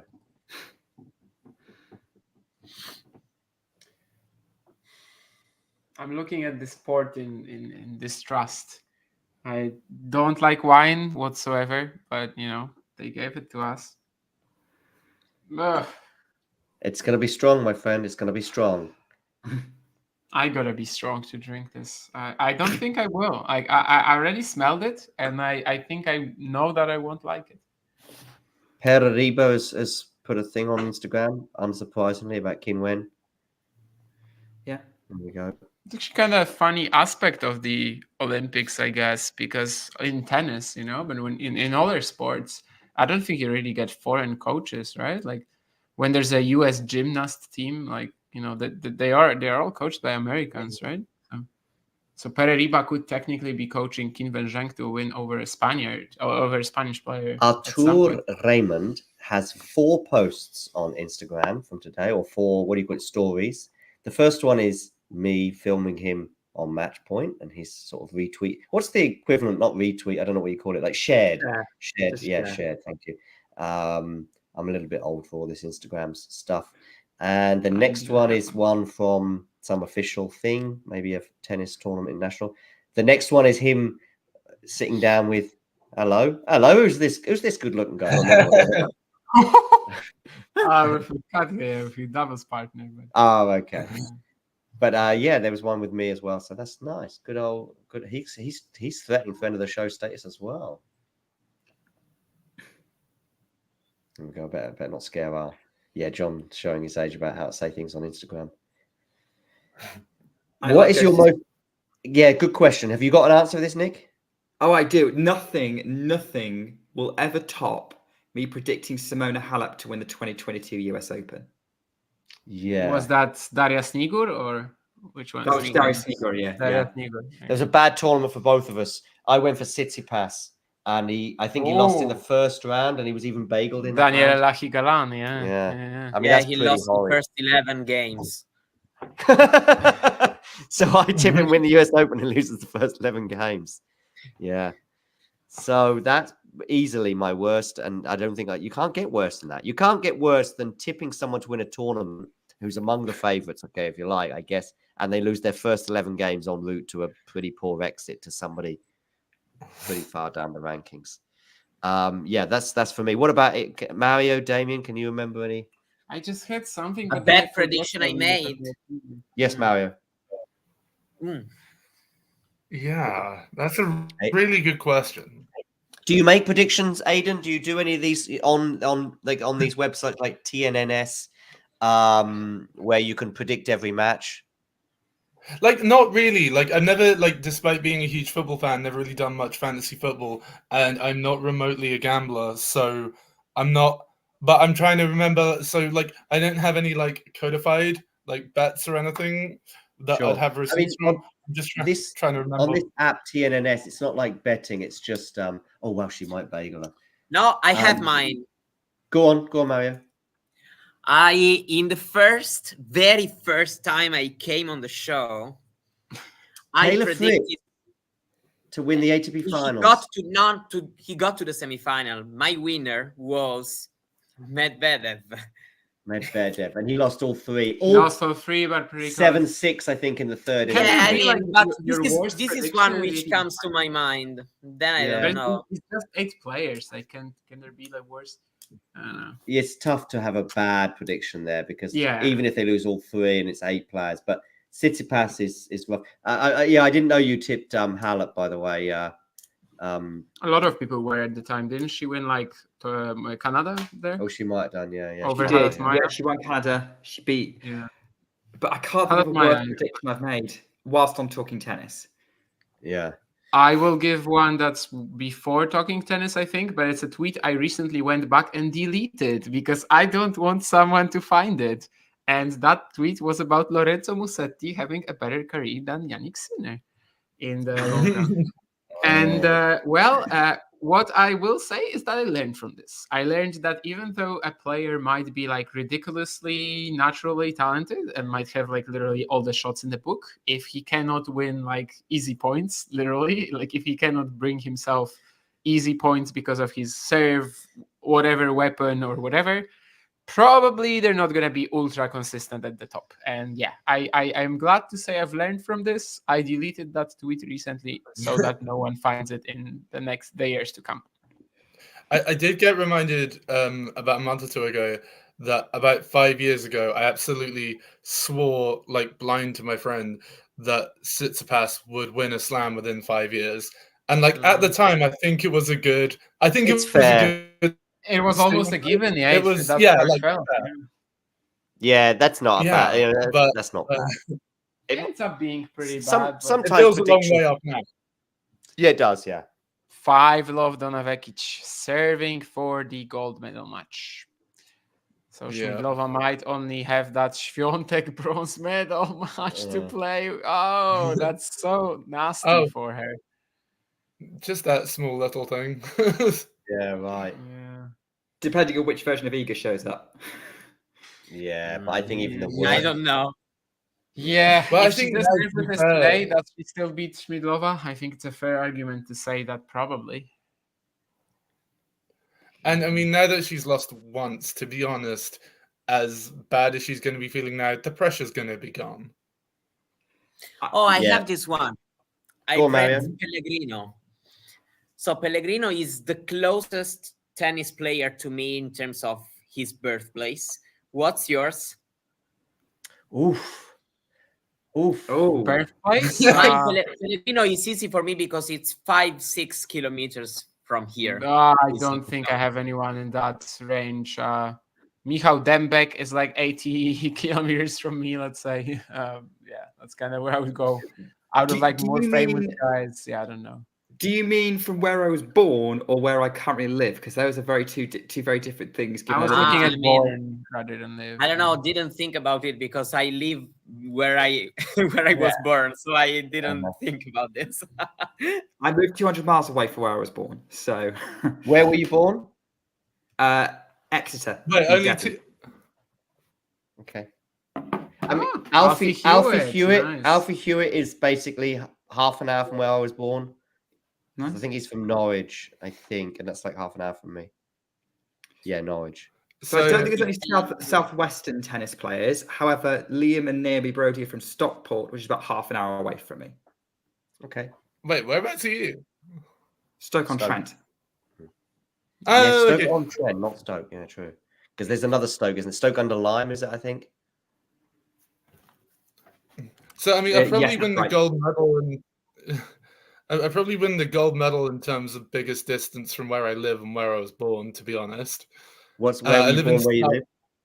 Oh, so like I live in Sussex, so south of England, born in Jeddah in Saudi Arabia. So Oh, Okay. nice. yeah, so that's quite a distance. Who was born in Jeddah? I'm thinking. Like someone famous. Shelby? I mean, Shapo was born in Tel Aviv. Was he? She's got it. Donna Bekic's bagels. Anna Karolina Schmidlova. She's guaranteed herself a medal at this Olympics. Yeah, I doubt there's a famous player born in Saudi Arabia. But yeah, Shapo would be pretty close. Shelby, maybe. I know Sunny Cartel. She lives about she lives in Brighton, and that's only about Okay. 20 minutes away. Okay. So Question for the Talking Tennis Dream Team and the chat. During your many years as tennis fans, if there was one tennis result outcome, this is a great one. For me, you can probably guess. It's Karlovic. No, Oh, I know what it is. Yeah, Yeah. and it might be the same for Nick actually. it might be. It I mean, I know probably Nick's. is. Yeah. Yeah, probably. So it's for both of you. It's 2019 Wimbledon final, right? yeah. Yes, 100%. Yeah.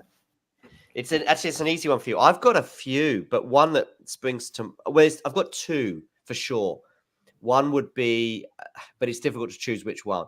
One would be 2012 Australian Open final. Rafa was up a break in the fifth, has a pretty easy backhand down the line. In fact, it's a short ball that he just has to put down the line. I think that would have put him 40-15 and a probable hold and 1 or 2 games away from the match. The other one is when he has 2 break points in the semi-final against the same opponent, Djokovic, at Wimbledon 2018. I think he's got Djokovic at the net. It's a difficult passing shot, but of course he goes cross court. and Djokovic, I think, deals with it with a volley. So 2018 Wimbledon semi-final and the Australian Open final of 2012. Those are the two. Go on, Mario's smiling. Go on. No, he's smiling because all these matches have seen Djokovic beating the guy you were cheering. Yeah, of course. Yeah. There's one thing in common with all these matches. Yeah, with Federer's too. Yeah, all four. Is it four? No, 3 matches we've highlighted. Yeah, have all been super tight, break points and break advantages. And Novak Djokovic has gone on. Because I don't think Djokovic has lost a super painful tight match in the same way as Rafa or Roger. Oh, well, 2012 French Open. 2014? 2013. 2013. Okay, in between. The French Open semi-final. But it's a semi-final. It's a long time ago. He's got most of these issues off his back, if you like. So, yeah. If he never won the French Open, that would be. Yeah. And if you want my Karlovic answer, Washington 2016 against Monfils. He had a match point. He was serving for it. Only 500 title he could have won. Have you got one, Aidan? Yeah, I mean, either just literally any Australian Open final that featured Murray. Oh God, it is so sad we never got one. But I think honestly, aside from that, Heather Watson against Serena Williams in 2015. Like she's I like that. Yeah, he stood for it in the third, and like obviously Heather's a fantastic player, like lovely person and all that. But yeah, that was pretty gut wrenching. I like that. Good choice. Lots of polls would say Radwanska Lishitsky, 2013 Wimbledon semi, right? 9-7 in the third for Sabine, and then you play Bartoli in the final. Oh God, no, that's a great shout. I absolutely loved Liziki. Actually, yeah, that final would be an easy one to put in either second or third of my list. Do you remember, guys, during COVID? I have a few. There was a Instagram chat between Murray and Djokovic. They did a live stream together. Yeah.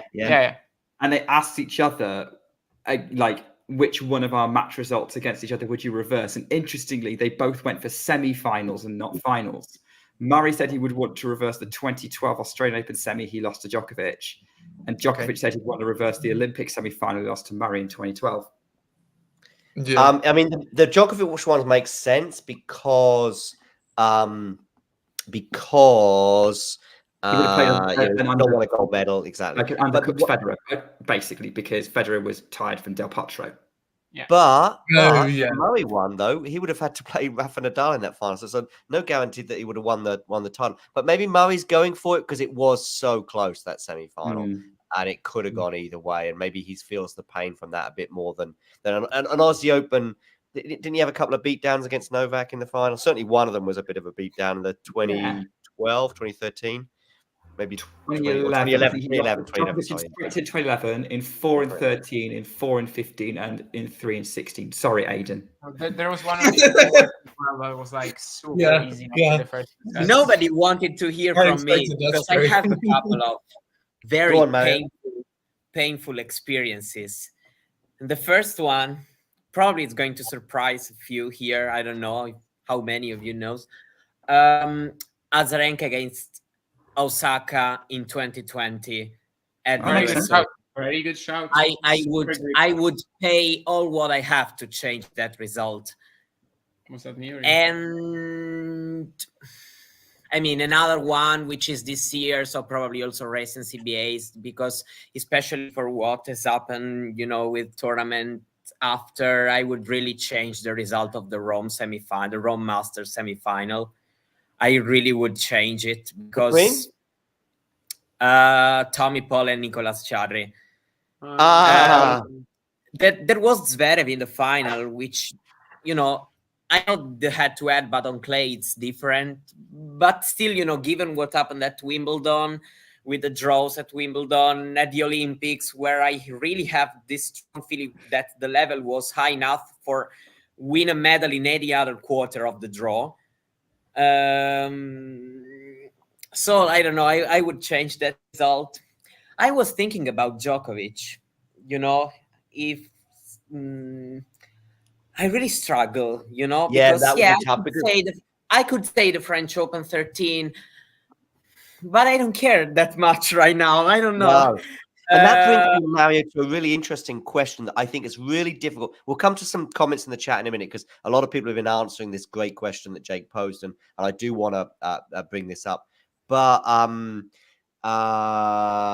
there's a question that I just came in my mind, Mario, which was basically, what was a match that at the time you felt one way, but now looking back? So here's my example, and that probably explains the question. I watched Tim Henman against Goran Ivanisevic, 2001 semi-final, I think, rain delay. I think it was a 4-set match, or was it 5? 5 maybe, I think. Yeah, because I think Henman was leading 2-1. They had to come back the next day because of the rain. Watching that match, I was desperate for Tim Henman to win, and obviously become the first Brit to win Wimbledon in 60 years, I think it was at the time, 65 years maybe. 64. Yeah, something 65. like that. Yeah. So that was that. But now, looking back on that and the fact that Goran won the final, I was super happy when Goran won the final. So I'm kind of okay with it. It's okay. So at the time, I was kind of devastated that Henman didn't make the final and obviously didn't go on to win Wimbledon at all.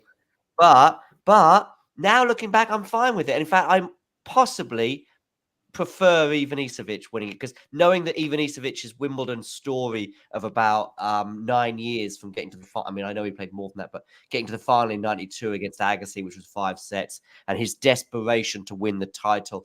And okay, he didn't necessarily get to another final in those 9 years, but it was always a theory. And of course, the thing was, he had a wild card that year in 2001. He didn't get in on his own merit, but he had a wild card in 2001. Go on, John. Ivanisevic was in 2 other Wimbledon finals. Sorry. Okay, so he lost to Sampras as well, right? Sampras in 94 and 98. 98 was in 5 sets. Okay, 98 was 5 sets. So my bad. I shouldn't have you historians with me like this. But but the point is this: he had a 9-year story, basically, obviously with trying to win that title. And I know I just feel so, him crying when he won the title. It was just, his life is so much more complete having won Wimbledon. And I know it would be the same for Tim Henman, but that's a match anyway that I've changed a perspective. Oh, I have one. Go on, Mario. Wimbledon final 2012. 100%. I was devastated after that match. But now I don't care. Can't relate. Wimbledon. I can sort of relate to that, actually. I mean, don't get me wrong. As much as I was desperate for Murray to win it and stuff.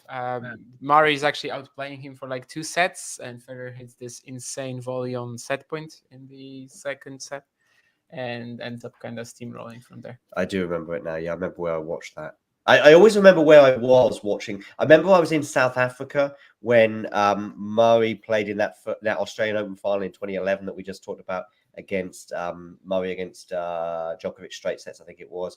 I was in a hostel in Bilbao at like midnight, and I was the only person in that, in the youth hostel, in those sort of shared living areas. I was the only person there watching Murray against Djokovic US Open final. And that 2012 Wimbledon final, I was in the UK as well. I remember watching that as well with some other people, actually. I was teaching English at a summer school. But yeah, is there a match that you guys can think of that you just mentioned there, like Mario did, and I mentioned about Ivanisevic and Henman? Is there a match for either you, Aidan, or Nick, that you think of like that? Not that I remember. There's no match that you feel fine about now. I have another one. Go on, Mario. The Rio women's final, Rio Olympics women's final. I was very sad after the final, but now of course I'm glad for Monica Puig that it happened. So I'm okay. Yeah. There's another question in the chat, by the way, about which I'll come to, but actually I want to come to some answers that people have been saying for this first question about a match you'd love to reverse. Keane would go for Kyrgios beating Novak in the Wimbledon final. Someone here is mentioning, I think, the Roddick Federer, of course, final. Roddick, of course, having that smash, was it on top of the net or volley? Yeah, backhand volley. Yeah. Yeah, that's not how you hit a backhand volley, Damien. I'm looking forward to seeing that on the court in a couple of days from now. That's how he hit it. Yeah. Okay, fair enough. So yeah, what other matches are being mentioned? It wasn't like Iga versus from this- Bencic, says it was from this Nerland. height, right? It was from above his head. I think if she was to pass her, she was going to win the US Open title. Who won the US Open in 2021? Raducanu. Raducanu. That's the slam. So Bencic Bencic beat hang on a second, Raducanu next. Bencic beats Iga or Iga beats Bencic? Bencic beat Iga. So he wants Iga to win that match, but Nerland doesn't like Iga. I think he likes Iga in his own special way. Okay, so he wants Iga to win. Yeah, Nerland is very special, Aidan. You're gonna have to get used to this guy. Okay. I have no idea who. My whole world has been turned upside down by that comment because right now I don't know who Nerland likes anymore. I know he likes you. No, That's- actually, sometimes he says that, Nerland doesn't know who Nerland likes. Yeah. Yeah. He does have some funny. I love how Nerland, by the way, someone who joins the chat, and Nerland, who's not a member, by the way, which is fine. There's no pressure, but you can be a member. That's fine if you're not. Nerland will just highlight people who are not. Oh, here's somebody new in the chat. I don't think they're a member. You know, it'll be just like Bob joins the chat. Hi everyone, I love tennis. How are you? And Nerland goes, oh, Bob, he's not a member. Great shout from Ghosty. I would change the result of that match as well. Wait- Johnny Mack against Ivan Lendl, French Open. So Lendl wins it, right? In 5, I think. From love to Two down, sets. yeah. And Why would you change that? You weren't even born. Yeah, but Johnny was like, that was his chance at the French Open. That was his chance at like literally almost a perfect season. And I remember always like reading about this match. I was like, come on, why didn't he win it? I guess just play style wise as well. Like McEnroe suits me a lot more than. This than is a good Lendl. shout because Cilic has won 2 slams. So, and I assume that. What? Oh, yeah. What? Oh yeah, true. Yeah, okay. But look at this, by the way. He's put 2,104. I think he means 2014. Yeah, I don't think Kay and Marin will play the 2001. I mean, you're never too old to make a comeback. Yeah. The plan is to cryo freeze Kei Nishikori and Marin Cilic so that they can reenact that final. If we had that technology, I think years. Kay should have been cryo freezed, a while ago in order to preserve his body from all the injury. Kira H, I mean, is this Hancock's or is this different? This is is our it Kira. maybe It's it's our different Kira H? I It's don't know. our Maybe there's Kira. multiple Kira H's. Yeah, definitely else. Guys, if you could win, give a Grand Slam. Oh, another Jake. These questions are brilliant. Guys, if you could give a Grand Slam singles title, we'll go with you first, 8. I can see you're very excited, Damien. You'll get your moment. I All didn't right. say a thing. I will say but he was like this. but I still haven't drank this. I am scared. I am Okay. scared of I'll this. join you on that in a minute. But first of all, I want to go with Aidan. There's a question here, which is which one of these? Why is there an echo? Is that me or someone else? Anyway, guys, if you could give a Grand Slam singles title to one of Tsonga, Ferrer, Berdych, or Nishikori, who would you pick, Aidan? I think probably, and this isn't like a big decision. I'm not like fully committed to this. I'd probably say Tsonga just Me too. because, yeah, like I just always found him very endearing as just a person. Obviously, like an absolutely brilliant player, but yeah, like I know that particularly when I was sort of starting having my first couple of years of being like really, really into tennis, I always find his celebrations really endearing, and he was a rival to Murray. Yeah. No, I think it's a good shout. What do you think, Mario? I have no doubt. For me, it's Berdych. Oh, okay. Why? He was one of my Explain favorite yourself. players. So yeah, just for this reason. But why did you like Berdych so much? Like, I mean, he's not for me, it's not someone obvious that would, the playing style, for example. Because usually, I don't know. It was for me. I've always liked him for no reason. Really, it gave me good vibes. It was pretty much, it wasn't too extrovert. I don't really like too much. I don't know. For example, Tsonga. For me, it was a struggle relationship. I've always liked him, but at the same time, I don't know. So Nishikori, Ferrer, I don't know. I've liked them, but I don't know why. Berdic for me, among the four, was the one I was following the most. I remember, for example, him in Rome playing some matches. I don't know. I've had some memories. That's the reason. No real reason, actually. Against David Goffin, right, in Rome. Great match. Yeah, especially. I mean, credit to Jake. Double He's Vegas. picked like four of the Double least Vegas. dislikable players in tennis, and then asked us to pick between them. I mean, I think Songa is a great show. Nick, what have you got? I would love to have seen all of them win one, but Same. I have to pick. I think the one who was the most exciting, the one who had the best chance of like beating any of the established big four to do it, and was probably would probably be a great story. I have to go with Zonga. Yeah, Damien. I'm going. Well, first of all, I would like to say Juan Martin del Potro as second slam. That's my answer. But Nishikori is actually the guy who impresses me the most, probably. Just like purely, this is kind of my style of ball striking and taking the ball early. Tsonga, no backhand, no return. Berdic, so stiff. Who else was there? Ferrer. I mean, Ferrer is not as talented as the other guys. He was just like a proper workhorse. So that's not really something that appeals to me in general. So yeah, for me it's K. I respect all the answers. Maybe like Ferrer is kind of the one that I would resonate with the least. All the other guys fine, but yeah, I think I would give the slam to Nishikori.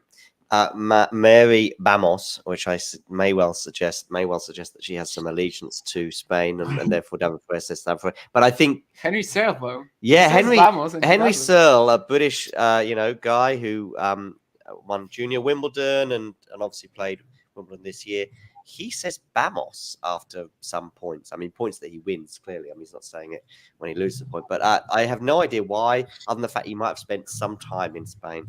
Where you drank that too quick. He said his coach. Oh, but his coach is not Spanish.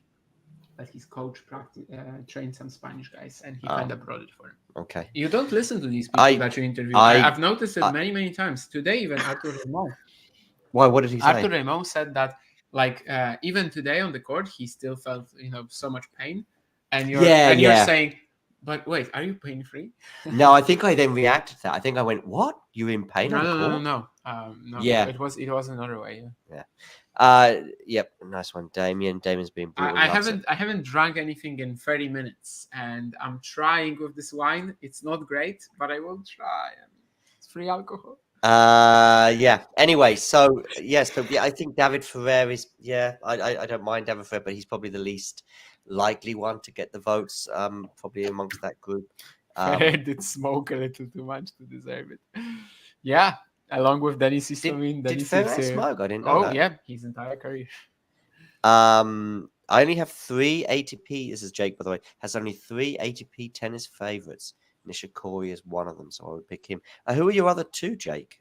Victoria Azarenka. No, ATP. Look, you don't read the comments. It says ATP, not WTA. I was just joking because he loves Kagla and he loves Vika so much that I was like, yeah, he's gonna include them in the list as well. Yeah, proper workhorse, absolutely.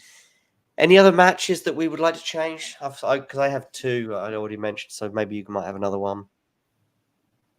No, Ben Shelton's just been broken back. No, I've already done my 2, really. I mean, I could go on. I had this one match when I was at an ITF event 2 years ago, and my favorite player lost, and I kind of my stomach was hurting, and I left the event 4 hours earlier than I planned. But in the grand scheme of things, I don't think that loss really mattered. So I can't really say it was that important. It was important to me at the time, but right now I don't really give a care. Yeah, by the way, I can go on and on and on and on without ever ending to change the switch. Give us one, Mario. Give us one. For example, I would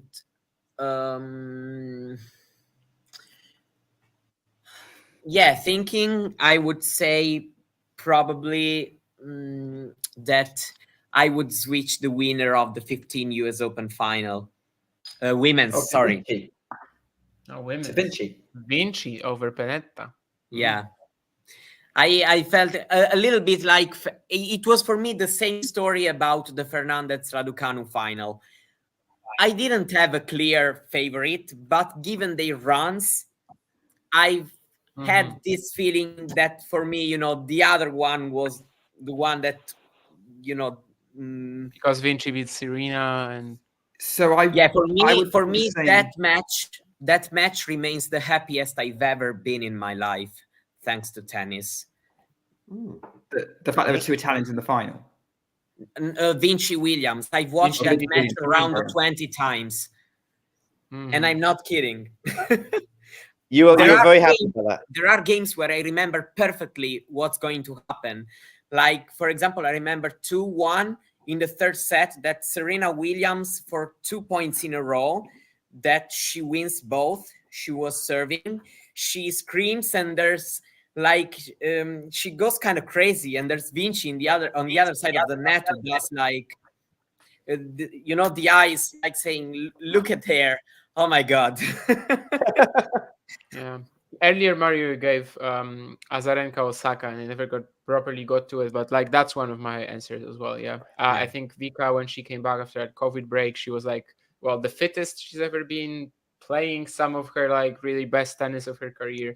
And she was like 6-1 to love up maybe in that final. She just defeated Serena, which was such a big thing for her, even in 2020 in the semis. And that's also another one where I was like really heavily rooting. Yeah, she was in the semi. She was a 6-1 to love down, and she wins. And then she was the same in the final and lost. Yeah. In the final, the opposite. She was actually, I think, 6-1 3 love or 3-1.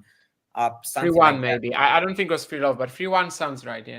Yeah. Either of Jabeur's Wimbledon finals, I think. If Jabeur doesn't go on to win a Grand Slam, or if Jabeur doesn't win a Wimbledon for me, one of those two. If Rybakina goes on to win 3 Wimbledons, for example, I would probably choose the Rybakina final. If Vondrousova goes on to become the GOAT and win 25 slams, then she can lose a Wimbledon from me. There's some good... John, are there any more Porto interviews you want to do? Yeah, we want Kukushkin, definitely, don't we? Oh, yeah. I mean, if he wins tomorrow, Skatov maybe. Yeah, I think. I mean, did Skatov eventually? No, I think Holmgren won, right? Today, because we came back earlier. I think. Yeah, good. But yeah, basically, we out of the quarterfinalists, I think we don't have 3 of them, and Vadim Ursu is likely going to lose to Jaime Faria. But yeah, the winner of Skatov Holmgren, which I think eventually was Holmgren, if he beats Raymond today, we definitely want that, and Kukushkin as well if he beats Martinez. Yeah, basically, players that we've not spoken to, and probably the winner or maybe even the runner-up as well. I mean, in Porto they actually do like press conferences as well sometimes. So like, I think we're just gonna kind of work with what they give us as well on the weekend. But yeah, Kukushkin and Holmgren, I think, are the 2 guys that we are kind of still missing and would like to do. But otherwise, I think we've done some really good job this week. Ghosty is asking a question about interviews. And I don't know, Ghosty, but I think you're talking about interviews that we've done. I don't think so. I was actually interpreting it the other way. Okay, so go for the other way, and then we'll I don't have an answer because, as you know, I don't pay attention. I mean, I don't really know either if it's like on-court interviews afterwards. I mean, Jim Courier, I guess, did one with Medvedev this year, or also the ones with Federer in Australia. Like, there's a whole compilation of Courier, Federer in Australia. Yeah, I mean, there's one where what's his name, the comedy actor, comes on court and talks Josh to him. Berry or no, the comedy actor. No, that's horrible. Will Ferrell. Yeah, exactly. That one is horrible. I didn't say it was good. I didn't say it's horrible. But he was asking about best, right? Yeah, but I was just saying that you then take him down. But yeah, Courier, Federer. There were a few fun ones, especially in 2010, I think, when like you had this like about like sitting on the couch and not doing anything. And also, of course, Mari has that famous one when he says that he can. Well, actually, I don't know if it's the trophy ceremony or is it the interview, where he says that he can cry like Roger, but he cannot play like him. Okay, that's a good one as well. Yeah.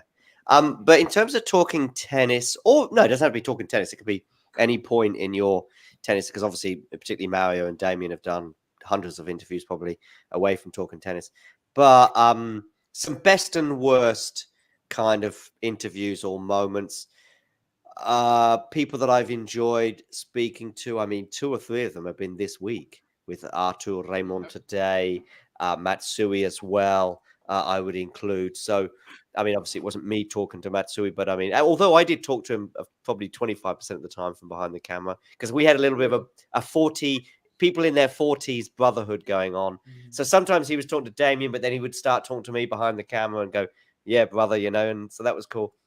And other people, Jasmine Paolini, for sure, it ranks highly. I thought some of both Nick and I have spoken to. Ostapenko was great. Who else? Who else has been great? I mean, yeah, I guess. I mean, Michael Stick was pretty good. Yeah, I'm probably missing lots. I think Clara Towson sort of speaks her mind, so that's quite good. Yeah, I could go on. It's tough to come up with examples off the top of my head for sure as well. But Taro Daniel, I always recommend. I think he's just like super excited to talk to you and very sort of like insightful as well. In Estoril, we talked with Kasper Ruud a couple of times. Yeah. I was so impressed with him as a person as well, not only as a player. Yeah. There was also, this week, like Matsui, I could literally just put him as the best answer, really. But you could also add, I mean, Martinez this week. Martinez as well, yeah, he was fantastic. I mean, it was clearly Alex, by the way, not Alex, Pedro, not because Pedro. Pedro is the other way, probably. That was clearly like the first interview like this he gave in his life. He was literally like, after that, he was asking whether he said enough, whether he was talking too much, whether he was not talking enough. Like he just, it was literally his first time. But I think he did great. Lloyd Harris, college, by the way, he was so as well, like on a native speaker level of English, obviously helps. But yeah, the worst I would say Elias Immer and Thiago Seibovild for me. Thiago Seibovild called me disrespectful, which I think was not really how I meant the question. Maybe I said it wrong. I don't know. And Elias Immer he just didn't want to talk. But otherwise, I don't think I've had any like really unpleasant interactions. So. What about you, Mario? I mean, I've done some interviews and also some press conferences. I've been very lucky to, be on press conferences with the ATP finalists in 2021, both in Turin and in Milan, the next gen. I wanted to include the one-to-ones also I've done, but nothing for me comes close to Medvedev for the good, good answers. And then I've done some incredible press conferences, interviews with Paolini. I've really loved it. And bad. Do I really have to say it?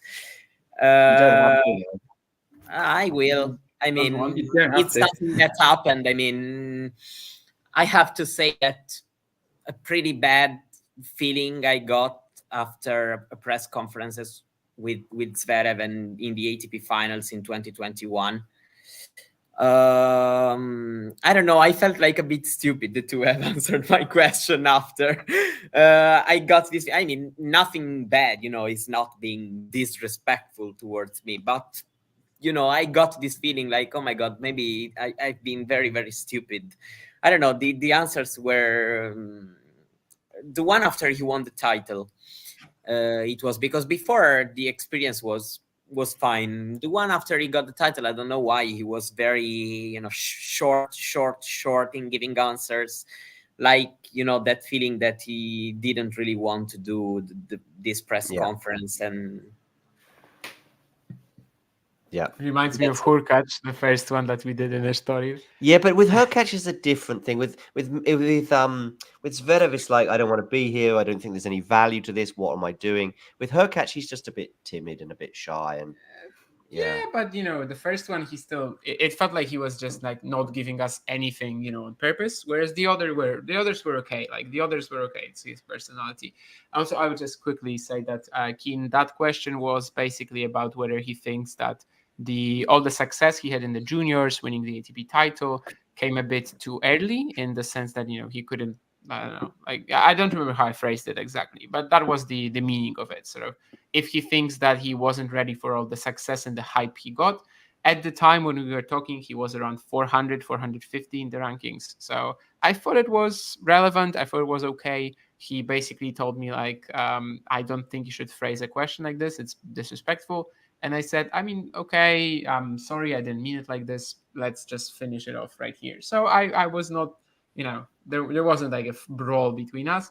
But I did feel a lot like really uncomfortable because I heard he was like talking with his Spanish speaking coach just a second later, and we were still like walking. I was first, he was like just exiting the same area, and I could hear the coach ask him sort of what was the interview about, and him telling him what the questions were, and I know some Spanish, and I don't know, it was just a horrible experience. Nick, I'm going to come to you in a second for your thoughts in a second. But before we do so, I'm going to post a poll in the YouTube chat about the most sort of difficult talking tennis interview moment. I'm going to play the 3 clips as well, so that will help people in the audience know what I mean by that and which references. And we've got 3 options. I'll be posting this poll on Twitter in a few seconds. It's between Bublik, Burel, and Garcia. I'm going to play the clips. You guys can all go voting, and then Nick will give us his answer to the Very same. quick question to you, John, though. Was there ever an interview it didn't post because it was so bad or so uncomfortable? Yeah, there's a part of an interview which Nick knows about, definitely. There's a part. We do not talk about this on air. No, we don't, Nick. But I've got a way of addressing this. So actually, I can do this. I can do this in a very hi, Jerome. Jerome, by the way, if you want to join, just do so. But anyway, but if not, you want to stay in the chat, it's fine. But yeah, I mean, I'm gonna have to head off before long. Aidan, I can see you looking like you've been in a Wimbledon queue for the last 48 hours. I don't blame you for wanting to. I'm a winter animal. My body does not cope with summers. No problem, Aidan. Thanks for joining us, by the way. I hope you had fun. Yeah, no worries. It was great, and yeah, I'll be back for more, hopefully. I hope so. I hope so, Aidan. Take care. Yeah, no, that'll be good. Lovely to meet you all, probably. Nice to meet you. Bye, Aidan. Take care. So, most sort of difficult talking tennis. Oh, yeah. So I've got a way of addressing this just very quickly. I interviewed a player, or I spoke to a player. Maybe I should say that. I interviewed, and I was talking about their partner, as in like their life partner, and they told me that they were no longer together. I know it. Yeah, but I cannot say who it is. But he told me like 2 days ago. Yeah. Okay. You know it too, Mario. I know Nick knows it, so you know it too. Yeah. So and they hadn't been together like for 2 years. So I'm there interviewing or speaking to ex-player, and I'm like, oh, okay, cool. Do you and your partner like exchange notes and like do you talk about things? And one wins a title 1 week, one how's that going? And we've not been together for 2 years. And you didn't post it? No, I cut it. I immediately said to him, I'm sorry, but don't worry, I'll cut this bit. And she was cool. Okay, nice to hear that she was cool about it. Yeah, that's half the tour I've just eliminated, by the way, by saying she was. Yeah, cool. but you said she, it's so. Yeah, but still, it's half the tour. There's another half, so that's okay. Right, let's move on before I slip up any more. And I will come to you in a second, Nick. But Nick's waiting very patiently. But hopefully you enjoy. You know what? You're not gonna like. But I'm gonna have a really boring answer anyway. So let's see the story. Let's see this. Most difficult talking tennis interview moment. The 3 options are Bublik, Burel, and Garcia. And here is why. Before I post the poll, I'm going to post. Here's Bublik basically being spoken to by Kira at Boodles, and Kira basically says, "Oh, nice that you got some revenge today." And well, Bublik had this to say. You'll see. So a bit of revenge after Popperin beat you in Doha today. How did you feel on the court? It's a practice matches. I mean, you cannot call this revenge, but So it's quite funny. So obviously, an exhibition. Oh, great! Oh, this makes up. Imagine if Novak and Roger have an exhibition match and Roger wins it, and afterwards they go, oh well, this makes up for Wimbledon, right? Yeah. Okay, here's the Caroline Garcia one regarding her serve position, which I did just over a year ago in Madrid. Do you ever think about maybe making adjustments, maybe taking a step back, or is it, all or nothing all the time? Yeah, I think you're like years late.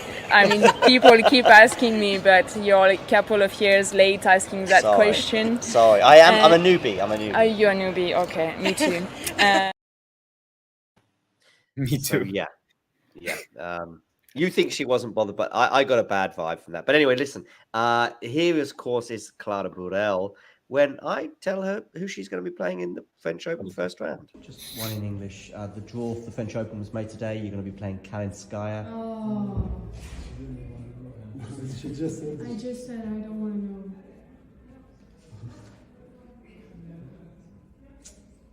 Should we leave it there, Vinny? If that was your only question, is it tennis? I mean, just okay. No, I don't want to answer that. I don't want to know. No problem. Yeah.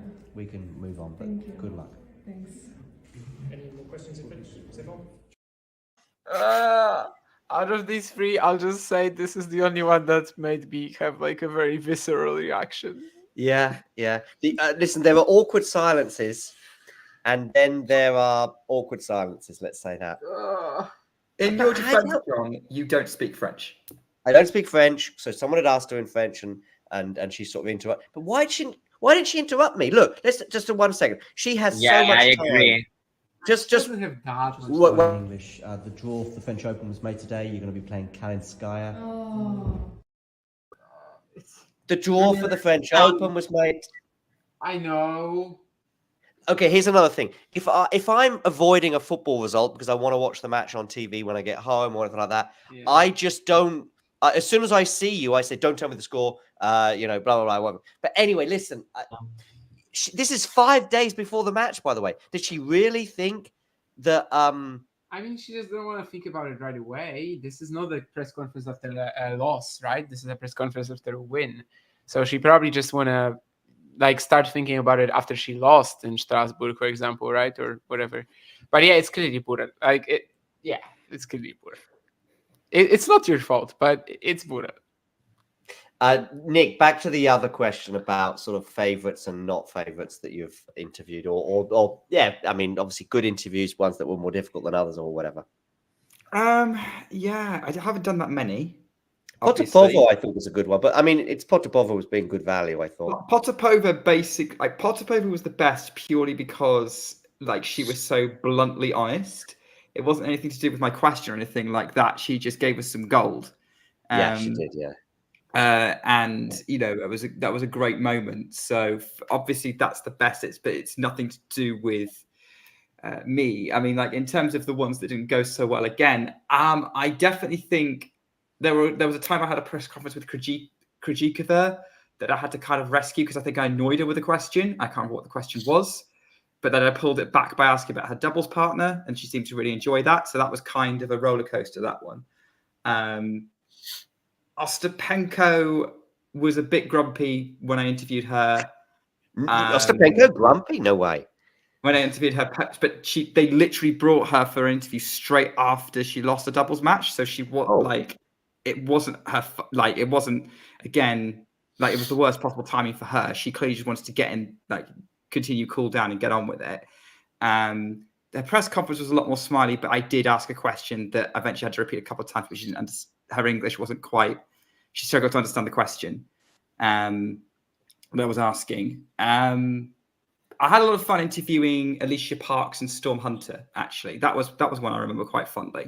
That was a great pair to be interviewed. More because they were like, "Wow, I can't, like someone wants to interview us. This is great." Which I think ended up in a members only video. Yeah, I haven't seen it, but that makes sense. Yeah. Anytime you have players who are like not used to being interviewed, they usually are like super pleased to actually. Well, there was a point where Alicia Parks was a little bit surprised to ask her about her dogs. You asked? Oh yeah, that was nice. Yeah. Yeah, I did. I went. Well, I was basically doing a bit of research out of a question, which is apparently more than John Silk does before his questions, and I basically, that might get that people like some dog content. So I just asked Alicia about her dogs, and she was kind of a bit surprised that I asked her the question, to be honest. Yeah, very random one, but Gabriel Decams, I think when I once interviewed him in Kozerki, he was like, at the end of it, he was like thanking me so much that I actually talked to him that I feel like he was just very lonely at this stage. He comes from Brazil. Of course, he played college, but he comes to Europe to play a series of tennis tournaments. It just felt to me like he was just super pleased that someone wants to talk to him, like regardless if it's a journalist or anyone, that literally like someone came to him and talked to him about something, which was great. And sort of along the dogs route that she took with Alicia Parks, I had this one with Nuno Borges as well a couple of years ago, I think 3 years ago already, when I was asking him about the ankle injuries that he had, because he literally had this, that he twisted his ankle, was out for a month, came back, and his second match back, he twisted the other ankle, and then he was out for a month. And he was like so shocked that I know all of that I know the history of his ankle twisting, basically. And that was also another like fun moment like that, when people just the players just don't expect to you until they get to a certain level to know anything about them, basically. That's so hard. Go on, Nick. Sorry, what? Mario was laughing pretty hard at something just now. Oh, go on, Mario. Go on. The Clara Burels as ringtone made me. I received a big no actually once by Erika Andreeva. What do you mean a big no? What do you mean? She really told me she didn't want to be interviewed. Oh, I see. Yeah. Right in my face, you know. Yeah. Like, Mute did that to me once as well. Yeah. Anything else? I mean, regarding interviews and that sort of thing. I know some players that told me they are fully aware of the draw. Yeah, well, that's good. But listen, I don't know. I would begin by saying, listen, just whatever you do, don't. If that's your thing, just don't, because otherwise, like, oh, you're going to be playing X player tomorrow, and you've had this and you've had that. I don't know. I think the French Open draw was a big part of the day. If you like, we were in Strasbourg. People were talking about it, of course, and plotting paths and that sort of thing. Why you wouldn't want to know and how you expect to avoid knowing until you walk onto court is beyond me in many respects. I don't think she was expecting like that far. Right? Yeah, at least it's not quite Manarino levels, I think. Yeah. By the way, I will say this: she was fine. It was in the moment, and the clip you see doesn't look great, but there were more questions to come. I think I even asked her a question as well, and I think I said sorry. She said, "Don't worry about it." And so she was pretty cool about it. But I just think that not wanting to know who your opponent is till you walk on court. Did she beat Kalinskaya, by the way? No, she lost, I think. I don't think it's about not knowing until you walk on court. Like, she'd want to... I don't know. I think she just wanted to be done with Stuttgart by the time she found out, right? I think she wanted to be done with the event. If you're a player who does one match at a time, you're focusing on the next match and prepping. I think that's what she meant. Yeah, I don't think it was quite Manarino, like where he wants to know like 15 minutes beforehand. Well, anyway, cool. Any other sort of interviews? To be honest with you, now just moving on. That's good from Sean. Yeah, Sean always cracks me up. Yeah. Keen, by the way, saying that Bernard Tomic had the ability to understand, but Keen just loves Bernard Tomic. So win a slam. Really? I mean, in this era, in any era, really.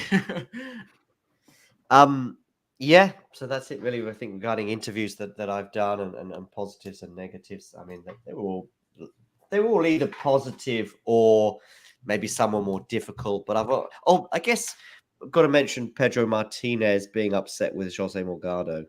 That was fun, yeah. Yeah, I like that. But Morgado was fine. His question was, listen, your coach walked out during the match. Seemed like there was something there, and Pedro Martinez not only was quite short with him after the interview finished, after the mix zone ever finished, he continued to talk to Jose Morgado, saying, I know what you were trying to do. You were trying to start something that wasn't there. That's one thing that Pedro said. I don't want to talk about it because like literally everyone ignored it and just said, okay, because Jose's was the last question. So everyone just said, okay, gracias, Pedro. Thank you, la la. And then sort of Pedro comes in, oh, that wasn't okay to ask that question. Yeah.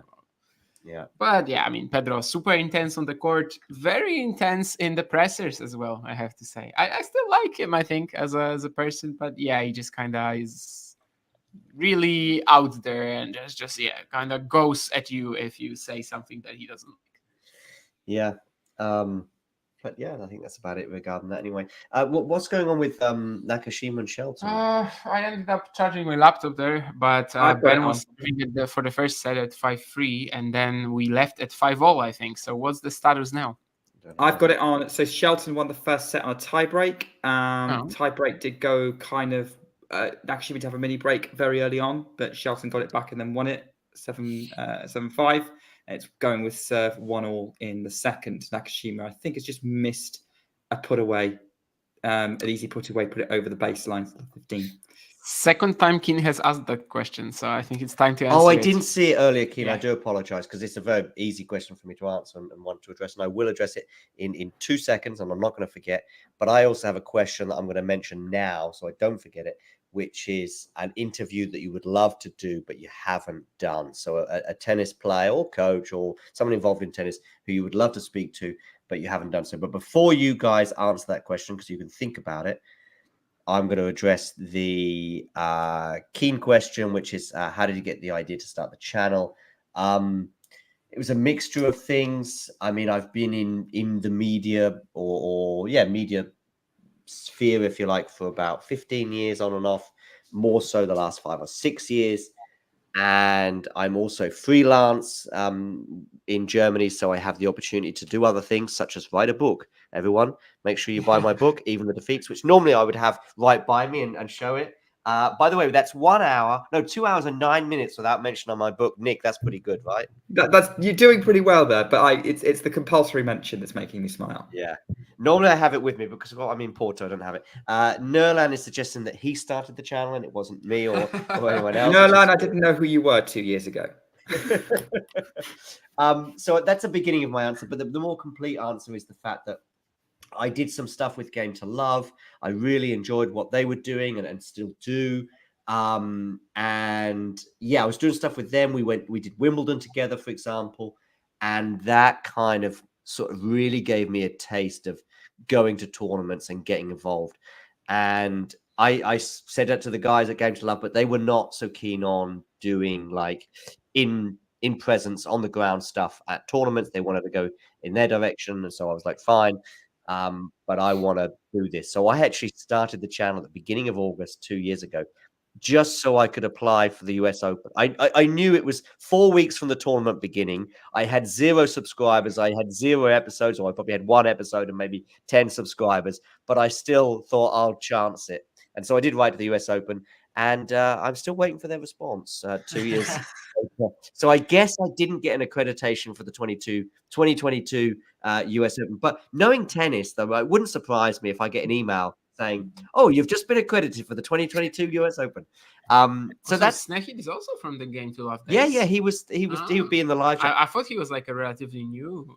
He's new to us, but I think other YouTube channels. But yeah, so Silk Report was something I used to do for them at the end of the day at various slams, just sort of same as a bit like we do with the last ball drops in a way, albeit it would be a little bit later on.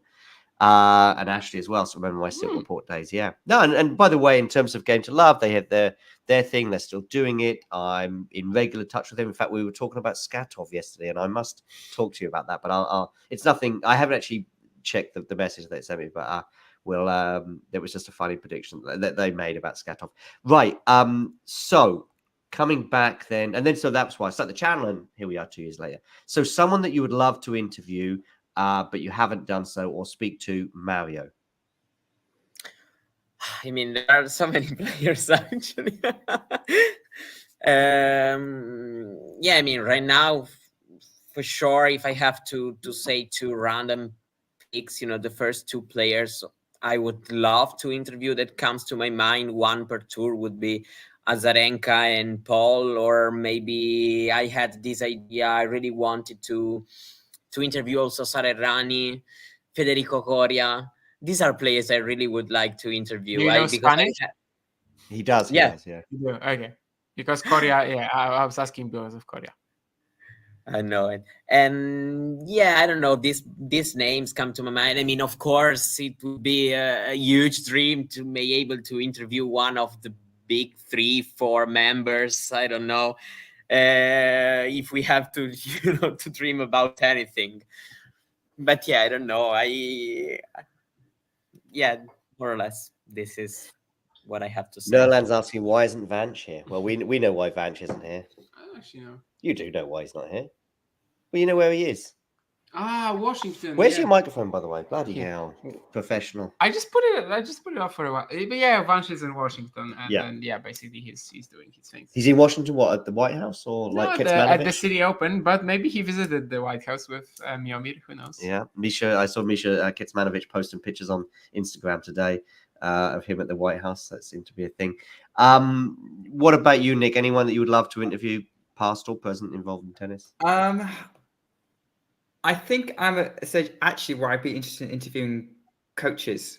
Actually, and kind of getting into sort of understanding what it's like to play the pro game, what's involved in sort of thinking about a match, how you prepare for it, what kind of affects ups and downs of it. Because I think even as fans, we don't necessarily fully understand it. So I think Brad Gilbert, Darren Cahill would be the obvious ones for me as kind of the big names that I would immediately think of straight away as interesting people who are kind of in the top of the game and have coached multiple players and found success with them. So yeah, that'd be kind of where I would go with it. Very similar to how the WTA Weekly with Mert went. Yeah, Mert was great value. That's for sure. For me, probably fairly obvious, pretty predictable, and arguably boring answers. You know, Rafa and Carlos Moya, for example. I think you might get a bit more from Carlos in a way than Rafa. Probably post-retirement, Rafa might open up a bit.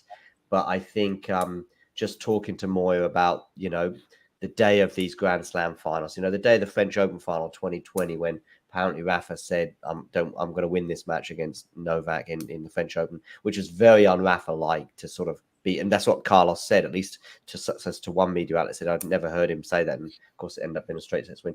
The Australian Open of 2022 and that sort of, you know, stuff going on. And of course, a lot of the losses they had together. You know, he was with him, of course, in 2019, and how demoralizing was that for Rafa to lose that Australian Open final and a few other questions. But away from Rafa and all that, because we all know how I would love to do all that. Medvedev, I know someone, I think it was Mario, was talking about it earlier. I just think you could just turn the camera on and just have a great chat about a million different, maybe not even tennis. Just, I think it could be a lot of fun to just pick his brains on certain things.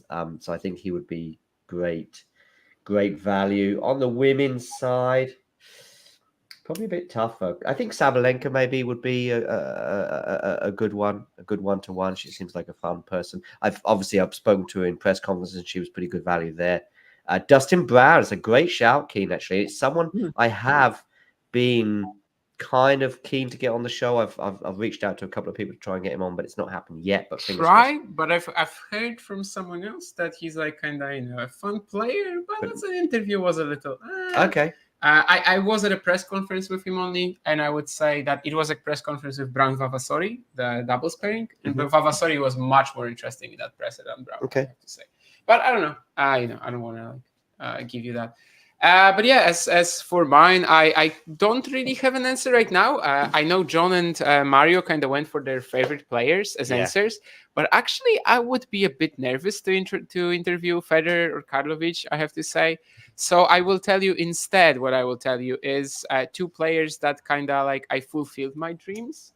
One of them was Ernest Gulbis in Braunschweig last year, 2 years ago already. And he was every bit as good as I thought he would be. Like, he was just so crazy, but in like a positive way. Like, he made me laugh, you know, every 10 seconds. And while he was, I don't know, like, I never expected what would happen next. Like, he could have said, you know, a billion different things, done a billion different things, and I wouldn't have even, like, you know, blinked, because, like, yeah, you just never knew what was going to happen next. At the same time, he was very nice. Like, I can't say, you know, he was crazy in a good way. Keen, we need a Pavel Cech interview. I mean, I have interviewed and sort of spoken to him and in press conferences a lot of the time. His English is a little weaker, so I don't know if we could redo it. But the other thing that I had is actually happened this week. Another dream that I had was actually one that happened this week. What, sharing an apartment with me in Porto? No, about interviewing players. There's one that I had on my mind for a long time, and I'm really glad it happened. Oh, Lucas Klein. No. Matsui. Klein, I've talked to 3 or 4 times. Matsui. Toshihide Matsui, yeah. I don't think I ever had the chance before, and yeah, it was just absolutely brilliant, even better than I thought it would be. But yeah, just what a legend as a whole. And I also wanted to talk about the Nurlan question earlier. Which he one? said that would I be nervous if I one more If yeah you would I interviewed be Iga. nervous if I interviewed Iga in Polish?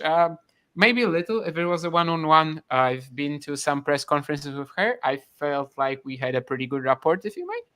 But yeah, I don't think I would be like ultra nervous, but maybe if it was a one-on-one, just because of the whole like shebang about her, the fact that she has that guards around her sometimes, and the sports psychologist and stuff. Maybe I would be afraid to do something, or I don't know. But at pressers, I felt very comfortable asking her questions. Goes to hit on about me washing dishes. Jerome, I think when he says I met him at a pub in Wimbledon, I assume he means Dustin Brown. I'm pretty sure. I think he does, yeah. I was at a pub with Dustin Brown as well once. I was really hard. Like, I was very drunk. I was trying to convince him to drink vodka with us. But he said that, tomorrow I have the match. Sorry, I'm only drinking beers. And eventually I said, okay, Dustin, I'm sorry. And a friend of mine who doesn't really watch tennis too much, but he also had an accreditation for that challenger because of reasons. And basically he came over to Evan King. If you know how Evan King looks, King definitely knows. But, he is a black guy with similar hair to Dustin Brown. And he came to him and he said, hey, Dustin. Oh, dear. Okay. Got all confused. So, yeah, that was just a ridiculous party. But, yeah, Dustin Brown did not drink vodka with me. Beer, he was fine with it. Okay. Yeah, I wondered how that might be during tournaments, whether these guys are going out or not. I mean, Lloyd Harris, I think he'd be a good person to have a beer with, but I don't know if he drinks during the tournament or not. I mean, of course, Nick Kyrgios famously does. Most of them don't, but yeah, there are a few. Yeah, I don't think we should mention the big one. No. There's a big one, but we're not going to mention him. Not on air. We'll mention it off air if anyone wants to know off air. Jerome here saying, I also saw Jordan Thompson on Wimbledon Sunday in a pub call, and I was a bit drunk and spoke about the championship points that he threw a bit offside. That was just recently then, I guess, because they had in the doubles, he means. Yeah, so he obviously saw him on Wimbledon Sunday. And when was the men's doubles final? Saturday. Yeah. Okay. So Jerome, I think, was working at Wimbledon during the 2 weeks, but maybe on the Sunday, he was having a Sunday off and enjoying the village itself. But yeah, Dustin Brown, I think it could be good. Gael Monfils would be a fun interview, maybe. Talked to him in a story. Of course, it was a mixed interview, so more journalists and just one person, really, right? But and one interviewee. But he was good. I mean, he was fine. I think some of the answers he gave were definitely quite interesting. Yeah. And what was Evan King's reaction to when this happened? I cannot tell you, King, because I was either too drunk to remember, or I just know this from what the friend that did it told me. I don't really. I don't think I was aware of this. And by the way, at the same party, I also came up to Jerzy Janowicz and asked him if he would shake my hand, and he didn't.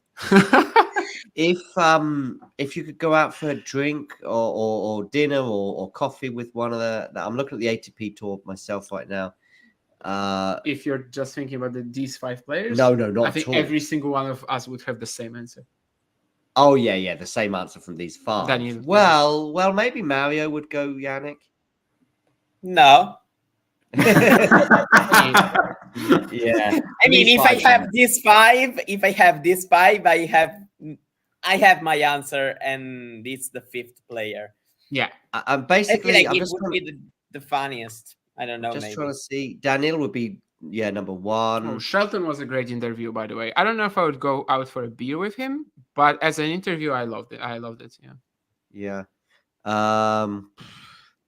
Yeah, Shelton. Yeah, I could have a drink with Shelton. Holger was very nice Tommy as well Paul. when I interviewed him. I know he gets a lot of bad rep, but if you just meet him off the court, he's great.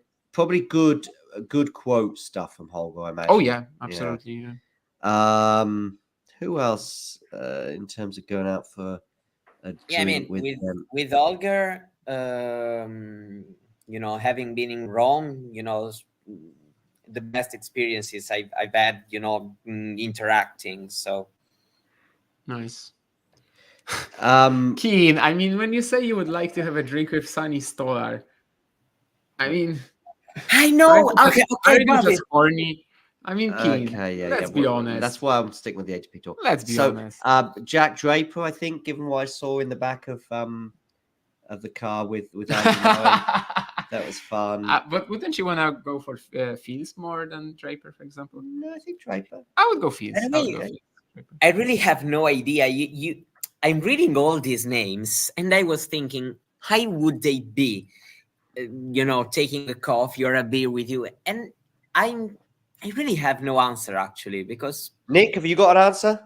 No, I'm in a similar position to Mario. I'm like, I don't know how they would be, because I if I'm going for like if it's one-on-one, I'm hanging out with someone, maybe over a drink or something, I'm kind of looking for an interesting conversation. Not necessarily well, he'd be interesting in sort of he'd be fun and you wouldn't know what the next thing out your mouth is. Actually, I'm looking to get the brain cells working. And I think Medvedev, although he's a very intelligent guy, would probably try and distract from that.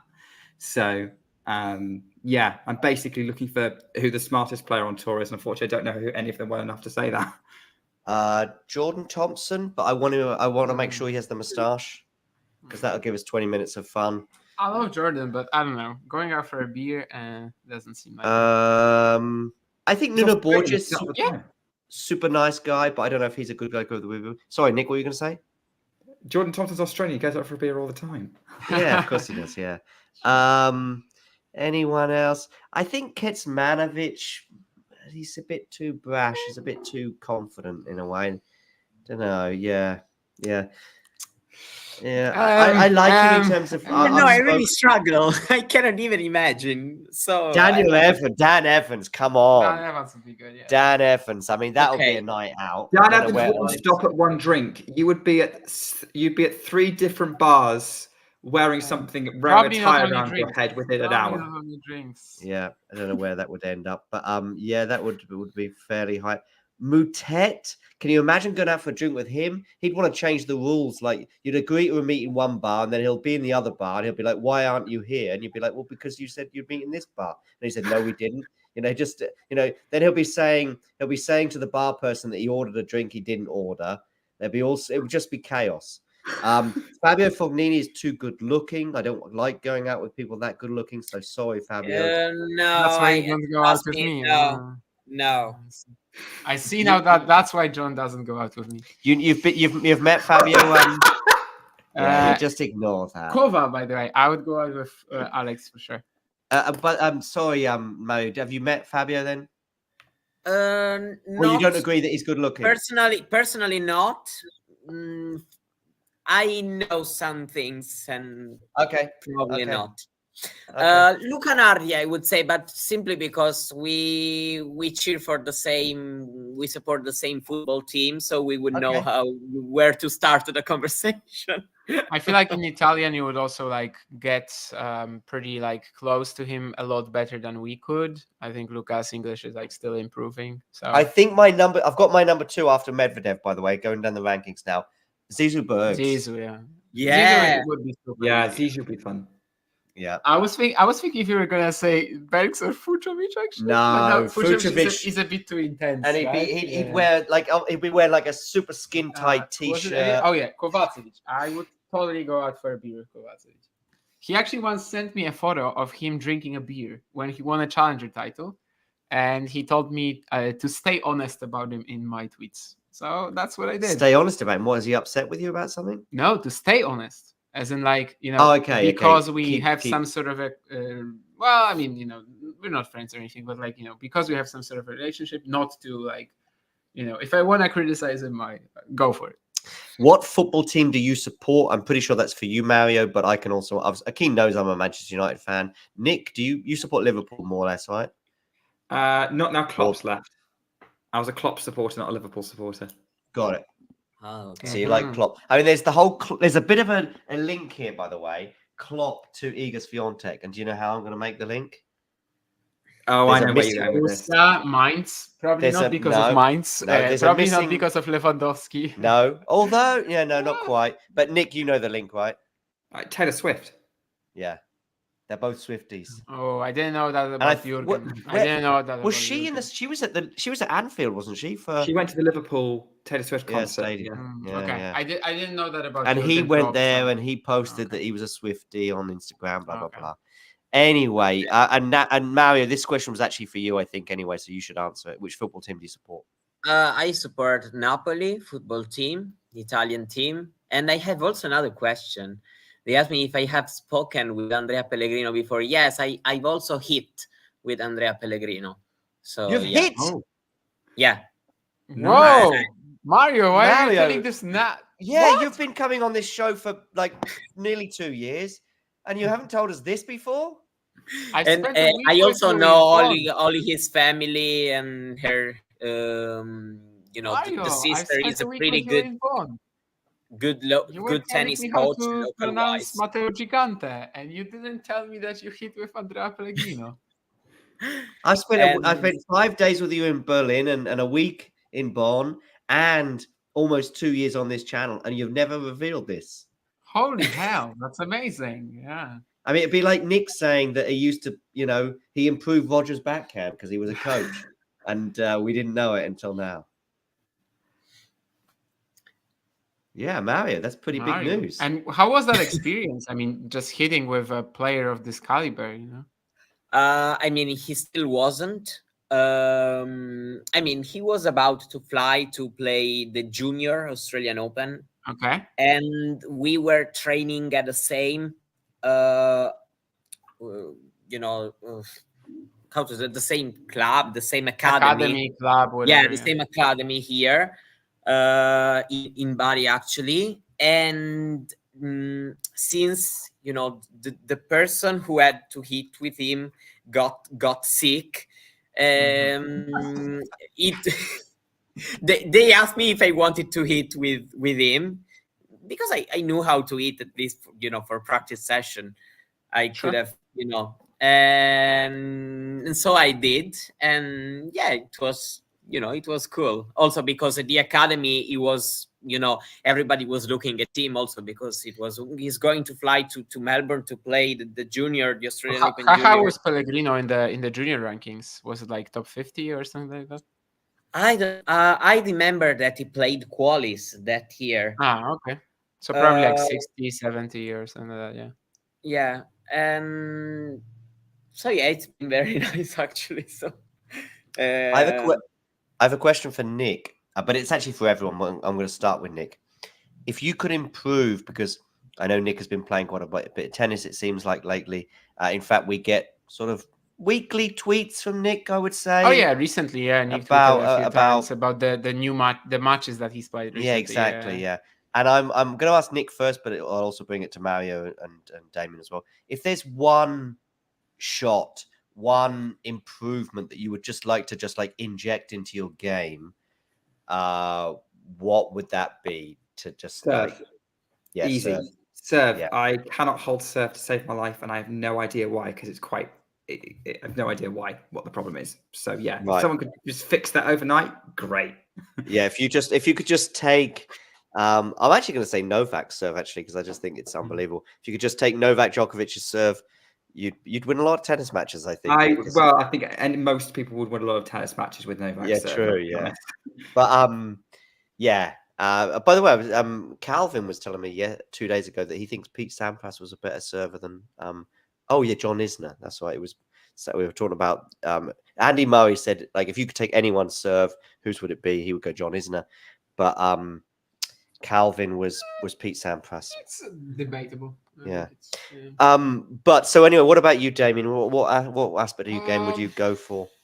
Yeah, it's a tough question. I mean, if I was to sort of say what would improve my game the most, tomorrow, if we're playing against each other, I think I would also go serve or generally just maybe, I don't know, because volleying I kill you as well. I kill you a turn. Yeah, true.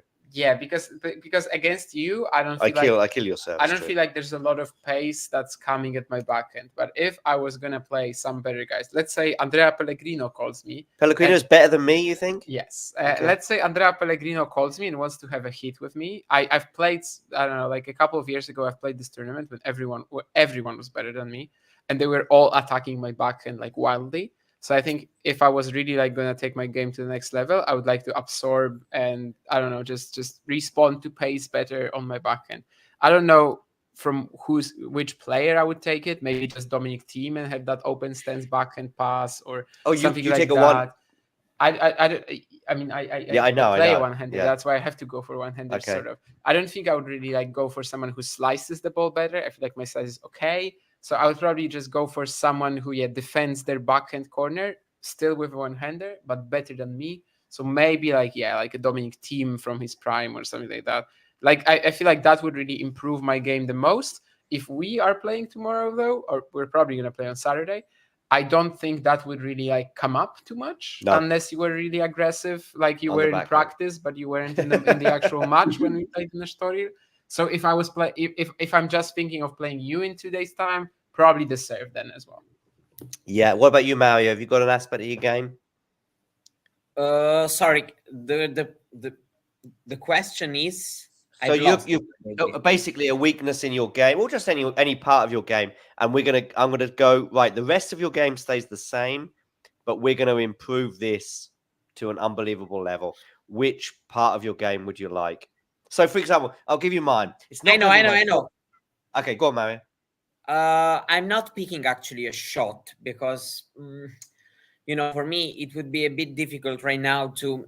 I would actually say the transition towards the net. Okay. Having, I never really liked to do it, and I felt like, of course it could have helped me a lot in some situations. It's not like I was refusing, but, I was not feeling comfortable to choose that moment to try to just come a little bit, also at times in a little bit of a surprise way. I would add probably some unpredictability in this kind of thing, probably. So your shots are perfect. You just need, the details, basically. It's the details. No, it's not that. But, right now for me, the most important thing would be kind of tactical stuff rather than focusing on one particular shot, because I feel like it would help to just not get that much pressure, alleviate a little bit the pressure, and in some points, I don't know, this is. I think it makes sense. I think based on what you told us, you probably are on a better tennis level than me or John. And I kind of, I think I kind of relate to that as in like, in tennis, I feel like I'm trash enough where like, I would focus on shots. But if we are talking about table tennis, like, I would probably go for a similar answer like you. Like, actually, just using what I have better. So, I get that. You still haven't got it. He's a pro now. Haven't he played Pellegrino? Yeah, I mean that's kind of what I said. I mean it's pretty clear that he is better than us. Hopefully, we are going to play. Keen, what courts are you playing on in Porto? We don't know yet. We are going to ask at the venue because Gaspar told us that there are some indoor hard courts there. If we are going to play there, then it's going to be indoor hard courts because apparently they're always empty. They're pretty cheap as well. If we don't, then it's probably going to be clay. John would like to stay on clay. I kind of thought that, we played on clay in Estoril. It would be fun to change surfaces. Even though I like hard courts the most, I haven't played on hard courts in like a year. So, I would like that. But, it's not like, if there's no hard courts, we don't play. If there's no hard courts, we don't play there. No. I mean, we're just going to choose whatever is convenient. Hopefully, it's going to be the same court as, the same venue as the tournament. If you could cover, go to, but I'm also thinking about covering as media. If you could go to and cover any tennis tournament on the planet, no concerns about money, everything else. Just you just go there and you which one would it be? Because I've actually got an answer for this, and Maybe surprising, maybe not. I'll go to the toilet and give my answer very quickly, and then you guys just talk. As I said many times, like I'm mostly interested in challengers. Most of the major events, like I don't really have a big difference. I don't have like I want to go to Indian Wells. I want to go somewhere. I want to go somewhere. So my answer is actually next gen finals. Next gen finals. There we go. Nick, have you got an answer for this one? Wimbledon, easily. Okay. Mario? I'm a little bit desperate, so I would accept everything. No, kidding. No, probably. I don't know. I've heard amazing things about Indian Wells, so probably I would say that It's Indian Wells for me. I would go Indian Wells, and actually the key part of the question is covering, because I think as a fan, the US Open I enjoy, French Open, I mean slams of course, but in terms of covering, I think Indian Wells would be a lot of fun. I think you might get some access, a bit more than a lot of other tournaments, if you like. I mean, I've had a lot of frustration with trying to get access to players. Funny enough, more so this year than last even. But so maybe there's a bit more of a distance now between the players or the tour, perhaps, and small media like us, as you saw in Berlin, Mario. But I think Indian Wells. Berlin, we did many interviews actually. We did like press conferences, you mean, or many interviews? Yeah, many interviews. Yeah, I spoke to a stringer. It was very tough to manage everything. Exactly. I mean, the press conference for Jessica Pegula was basically me, in terms of asking questions, me, you, and the French girl, I think her name is Camille on Twitter. If it wasn't for us, there would have been nobody at her press conference, basically. But I don't really think the authorities, let's say, appreciate that side of things. But yeah, I think Indian Wells, you can maybe doorstop people a bit. You could sort of just not maybe so much players, but coaches. I think somebody like Juan Carlos Ferrero, you could just stop him and say, "Have you got 5 minutes?" in a sort of challenger, like, because at challengers, albeit here a little bit less so, but generally at challengers, Damien, you just say, have you got 10 minutes for an interview, right? Yeah. Which I like that old school approach, if you like. And I think at Indian Wells there's a bit more of a mix, because you're just walking past the players. There's obviously bits. Now, I'm not saying you could just approach Igor in that way, but probably Igor's coach. Yeah, so I go Indian Wells. Indian Wells the third. Yeah, between major events, as I said, I don't have any preference. But Estoril, by the way, I know I've been there twice. It was great. It's still my favorite. Next gen finals, I said, because I mean, obviously following young players is a huge part of what I do on Twitter, when I do in any single tennis doesn't channel like old company. players, doesn't like old people, except Matsui. Yeah, but next gen players, young players is what I always root for, sort of the next talents, the new generation. And I mean, going to Jeddah, there are two things that kind of are a little bit of a problem. First of all, the money to go to Jeddah. No, but the question was framed around. Which is why I'm mentioning why it's actually some sort of a thing that I would want, but I won't do it probably. Yeah. Which is, one thing is the money. The other thing is, I mean, it's just a kind of like a big event. Well, it's not really a big event, but like they want stuff from you there, as in the accreditation process is kind of tough and stuff. And yeah, like that's why I probably won't do it, but I would like to. Whereas any other event on the tour, I'm kind of like, yeah, I mean, I could go there. Just 2 weeks ago, we were actually, no, 2 weeks ago, 2 days ago, I wanted to say, I saw that tweet about Newport potentially becoming a 1-5 next year, combined for both men and women. That's another event I would like to do. As a 250, I didn't care about it. As a challenger 1-5, would love to travel to the States to cover it. I will think about it next summer. I don't know if it's a possibility, because again, the flights, we'll see. If I was to go to the States, I would probably go there, then 2 more challengers somewhere else, then fly back, just so it makes sense economically. But I will think about it. And I think right now, these are the 2 events that are probably not affordable for me. But these are Next Gen Finals and Newport. These are probably the 2 events that are not affordable, but I would love to do it. Yeah. Get your questions in the chat, because I don't think we're going to be here forever.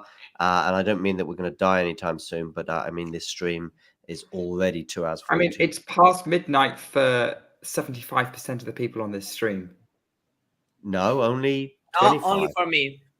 Oh You yeah, and- Nick, Portugal's on GMT. Yeah, exactly. Yeah, exactly. We're same time zone as the UK. Usually, yes, that would be true if we were Mm-hmm. at our homes, but we are not.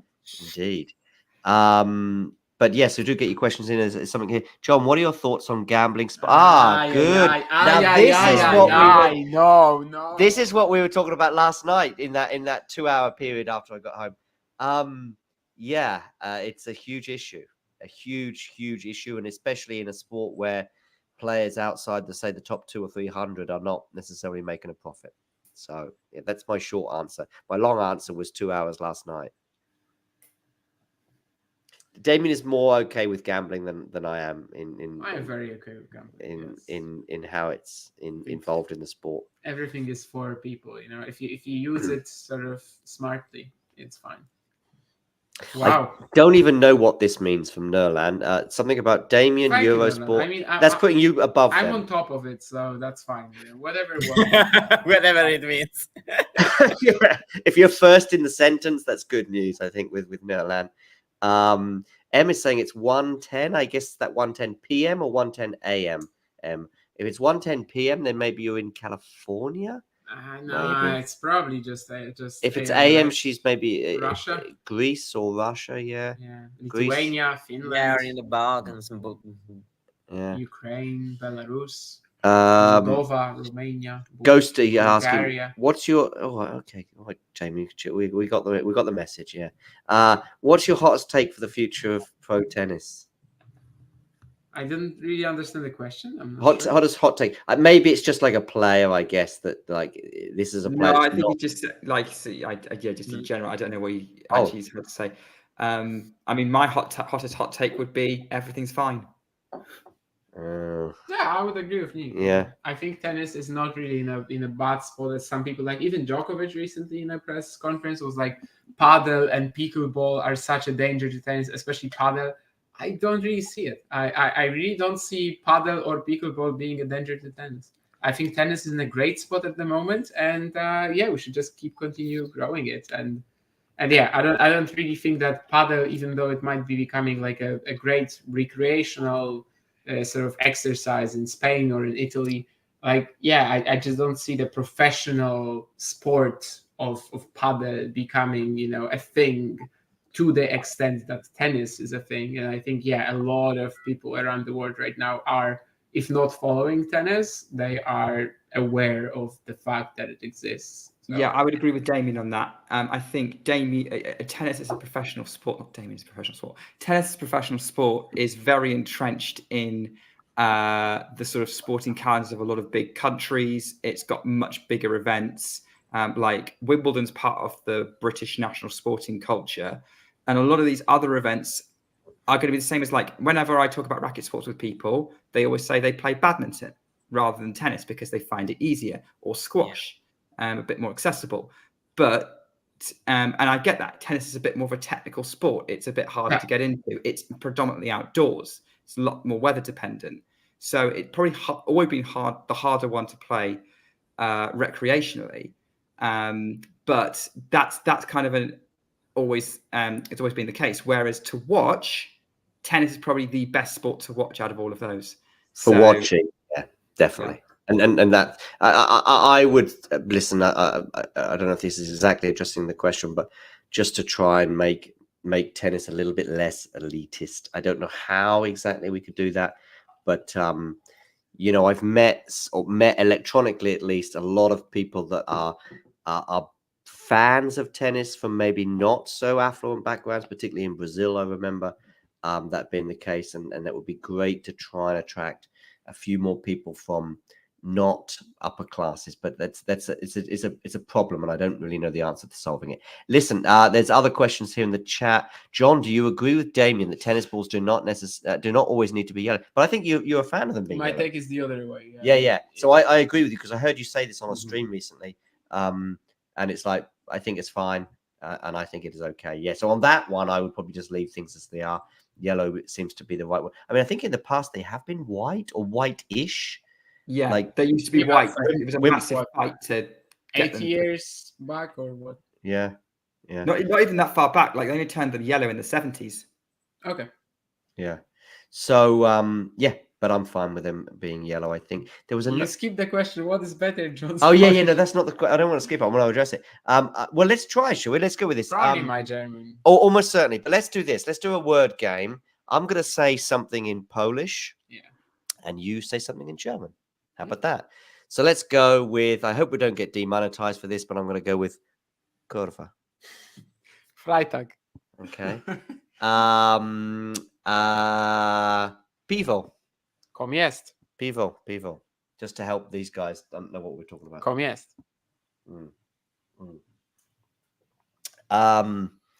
Kava, which is coffee, by the way. Blitzkrieg.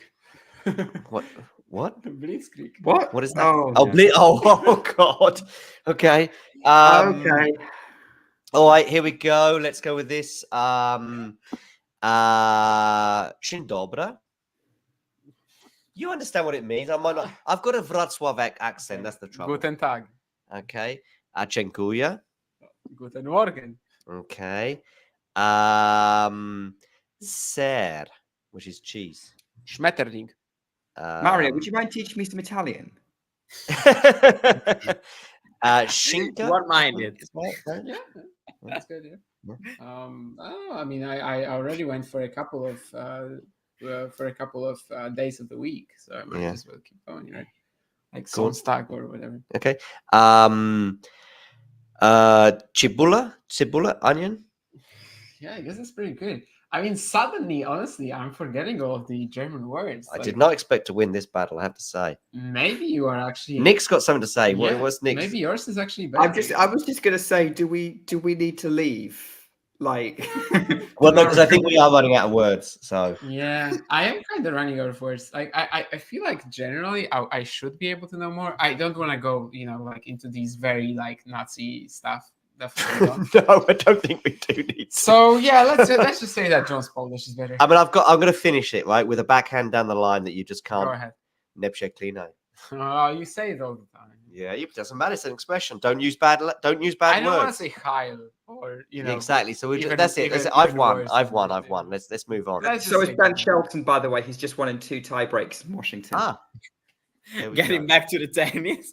Yes, good idea. Please get us back to the tennis and away from whatever direction Damien is taking the stream in. Yes. Schmetterling?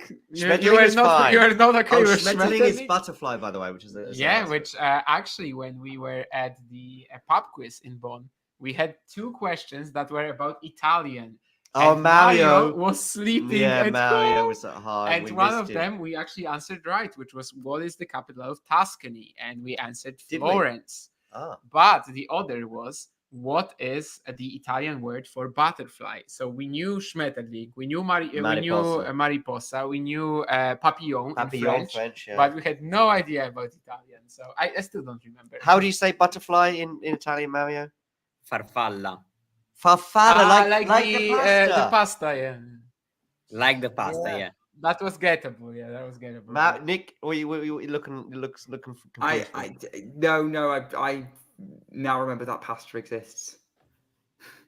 Like the bow ties, the bow tie. Yeah. But I guess I like that pasta a lot, but I just never thought of it as a butterfly. It's my favorite. I think it's maybe my favorite pasta. I could go for it as a. I like pasta, So you've got penne, okay? Yeah. But I like the big fat penne as well. It's rigatoni or. Yeah, rigatoni. Yeah. I like that one. Yeah, too. That's good too. Yeah. I mean, I guess what we are mostly rating when pasta is like how fun it is to eat, and also how the sauce sort of coats it. Which, in case of rigatoni, should be better than penne in general, or should be better than spaghetti. But yeah, I think spaghetti penne, they're just like kind of boring. So yeah, farfalla is one of my favorite as well. Yeah. There's a couple of questions I want to come up to. Claire, by the way, who's just written in the chat, is the same Claire that's in our WhatsApp group. That's your sister, right? Yeah. And I think her tennis knowledge, it's not quite on the same level as you, Damien.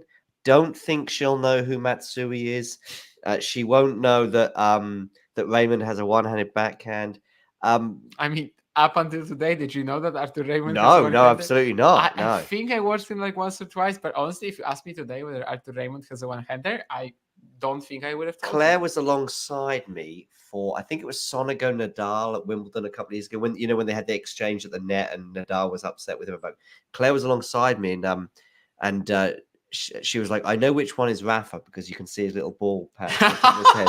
Yeah. This is a great comment, by the way, regarding our pasta conversation. All pasta are good. Yeah, kind of. Yeah, It's not wrong. It's not wrong. I The never alphabet pasta, thought would be right? on. I joined the channel Talking Pasta. Talking pasta. We can go talking coffee, King, because by the way, Damien doesn't like coffee, and for me, that's just. I know there's other people even on this stream that maybe don't like coffee, but Damien, a continental European, I'm shocked that he doesn't like coffee. But how many coffees is? I think one is. It depends on what the coffee is. Like, I'll probably have 2 espressos per day, maybe. I had one just before I left the apartment, and then one after lunch. That seems to be quite normal. But if you're having like a cappuccino or a latte, a heavier one, probably one. But I don't know how many coffees you're on a day, Mario. How many coffees? A couple. Couple. Yeah, makes sense. But Nick, you're not a coffee guy, right? Don't touch the stuff. Hate the taste, and it gives me heart palpitations. Doesn't touch the stuff. I mean, it's almost like an aversion. What about tea, though? You drink English breakfast tea, like with milk and... Occasionally, but I'm more of a herbal tea guy. Nick, I'm surprised. I'd have thought, with Wimbledon coursing through your veins and a Brit at heart, you're living in the middle of the country. I'd have thought you'd have English tea just everywhere.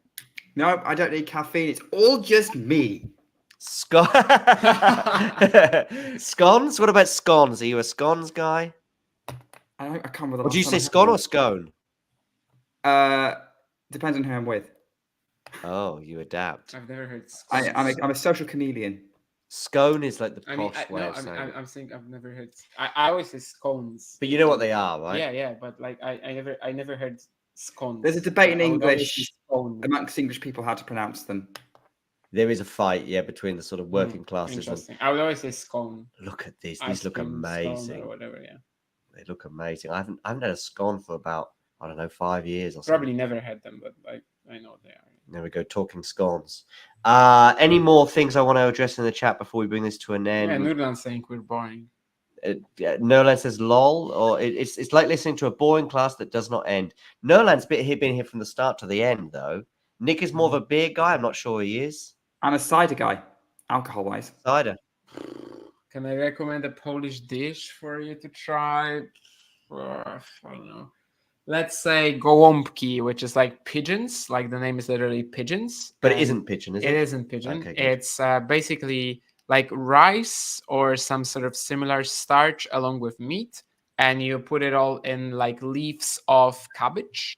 And then you boil it basically, and it's one of the more famous dishes. It takes a while to make. That's why it's more of an occasional thing. Definitely, like I eat it once a year maybe, but it's very traditional Polish dish, and I think it's pretty good when someone, and it's usually in like a tomato sauce or something like that. We're going to bring this stream to an end in a couple of minutes, which I know Nerland will be very pleased with. But there was something about scones. It's scone is this sort of northern, maybe working class pronunciation, as in like gone, like to be gone, go, gone. Gone is the past tense of go, right? Mm-hmm. Yeah. English lessons with Damien Kust. So that is that.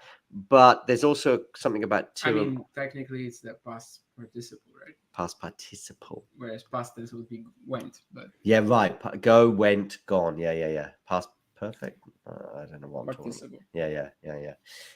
Learning English. There's something about tiramisu there, which of course brings us full circle, because of course that's Iga Swiatek's, thing. But we don't talk about Iga Swiatek anymore because of what happened today. We don't mention the fact that she lost in straight sets to Kim Wen-Zhang, despite being 4-love up in the second set. We don't talk about that, of course, because that would be very insensitive, bearing in mind we've got Nick Carter with us. Do you think I'll be over it by someday? If she wins the US Open, I liked how Nick took my copium gift very seriously, and like, you you kind of gave me a very serious answer. I thought you were annoyed with me. So I was just sitting in the Porto media room, and I was just saying to John, "Oh, Nick is like really coping so hard here." But yeah, that was kind of it. It was the best quiz I could do, having not seen the match. I do want to say, Ghosty, you are a madman. Thank you for $100. What? Yeah. Oh shit, wow. Ghosty, thank Wow. you. Oh shit. I mean, this puts Nerland to shame, because Nerland joins the chat and says, "Oh, why aren't you a member?" And he's not a member. And now someone's giving us $100. And well, Nerland, where's your $100, Nerland? But thank you very much, Ghosty. Fuck, Ghosty. I mean, yeah, amazing. Thank you, mate. You've given us a lot of money over the years, but I think that might even be more than you all together. Yeah, all of your other donations. So yeah, we do miss you when you're not on the channel. I know you recently were, although under a different nickname. Yeah, right. I even mentioned Ghosty like less than a week ago, like 4 days ago to you when we first met up. I was like, oh, he hasn't been on the channel recently, and he was there with a different name. But anyway, thanks for all these happy birthday Since we're messages. in what? Mary, since we're in what? Sorry, what? No, she's speaking French, no? Yeah, but later she said, since we're in, I don't know what. But yeah. Maybe that means Joyeux anniversaire, bravo les gars. Yeah. But since we're in, I don't know what. But yeah, But thank you, Mary. We're in Porto. We're in Portugal, actually, right? So it would be like a girl from Porto. Okay, yeah. Girl from Ipanema. Probably it's a good time to go see your cheers to you. Yeah, I have got something to do before I end the show, and I've got to download something, and it won't take very long, but I need to find the video first. But so I just want. I am drinking water along with that wine. It's really, I don't really like the taste of it. I tell you what, I'm gonna whilst I'm here, I'm gonna tell you something that John's that an idea that has been floated to me that you don't know about yet. I've kind of agreed to because it sounds hilarious. But so I know someone who is a gaming streamer. They are they prefer to remain anonymous, but I'm actually they're in my close personal circle, and they would like to do a stream with me where we play Mario Tennis. Neither of us have ever played this game before. Okay. Because he's gone, oh, Nick, you stream about tennis. Why don't we do some kind of crossover? Why not? Yeah, we could do that. We could even probably, I don't know if they're are they a big streamer? They got hundreds of thousands? No, they like, I was on their stream yesterday. I was the only viewer. But they get like tens of people. Like we're bigger than he is. Bring us together, and maybe we can do it, because with streams, by the way, Nick, you can do it on other channels. Like, so for example, when Miles comes on, it's on his YouTube channel. When the as well when the doubles guys come on, which hopefully they will this weekend for one of the gold medal matches. Let me tell you, they probably don't get $100 donations. Damien, don't dismiss. We're a small YouTube channel as well, despite the Polish guy telling. Oh, we're small. Oh, he's Twitch only. He's only on Twitch. Oh, he's Twitch only, is Twitch he? Only, it's one of these Twitch only people. Fair enough. We are a small YouTube channel. I know. We're small to medium. In terms of like tennis YouTube channels, specifically tennis, English speaking. By the way, there's a lot that small. There's a lot of asterisks here. I know. Yeah, English speaking tennis channels were one of the biggest. we're probably top 6. Yeah, top 10 for sure. I would have to like literally count, but I mean, top 10 for sure. Maybe if you start including like, I don't know, these tennis players that are now doing their own YouTube. Oh, I wouldn't include like Dominic Thiem or anything like that. Dominic Thiem's got a YouTube channel? Oh yeah. Oh. Yeah, Dominic Thiem was one of the OGs of that. Like, he was posting like travel vlogs and stuff from tournaments. Yeah. I'm not sure how many subs he has because it was a while ago, but yeah, I mean, I would include like Jules Marie, for example. Yeah, sure, I would include him. You would include Jules Marie? That's not English speaking. And he's French, but he's got English subs, so I think it counts. But yeah, like if we include stuff like that, like top 10, we're probably still there. So it's still pretty big. Yeah, we're doing all right. There's I mean, in terms of like the ones I know above us, we've got Quality Shot, which is about 2,000 subscribers ahead of Cam us. Williams. Yeah, well, Game to Love, which is like 60,000, I think. Really? Yeah. I mean, before I knew you, I never heard of that. Yeah. Am I missing any other YouTube channels out there? Oh. No, I don't think so. So we're sort of amongst. I mean, if you ignore the players and all that other stuff, but amongst this kind of sphere, the ones that do watch-alongs or something similar, player By the way, interviews. you are missing a big drama. Oh, really? What's happened? You should see the WhatsApp chat. Basically, an Instagram story has been posted by Andrei Rublev over the boxing thing, and then he deleted it. I thought it was about us, Okay, good. Okay, so of course I know about the boxing drama, but what I don't know about is what. I know which one. Yeah, I mean, I know about which boxing drama, of course. But so what? Okay, so he said something, and yeah, I mean, from what I read, again, my knowledge might also not be the best, but from what I read, she is actually a woman, and she was born a woman. She is competing in women's events. She just got like a very high testosterone score at one of the other events, but at the Olympics the rules are different. I don't know how I feel about that. I mean, it probably indicates that she was taking something that she probably shouldn't have. But yeah, I mean, a lot of accounts today have posted that like she is like transgender or something like that, which is just straight up not true. Yeah. So what is Matt? But more importantly, what is Andrei Rublev? Andrei Rublev said people are fighting against violence, against home violence, against violence towards women, against kids' violence, against all kinds of violence. The way I grew up since I was a kid is that I was taught to protect women. No matter what the situation is with a woman, nothing can be worse for a man than hurting a woman physically.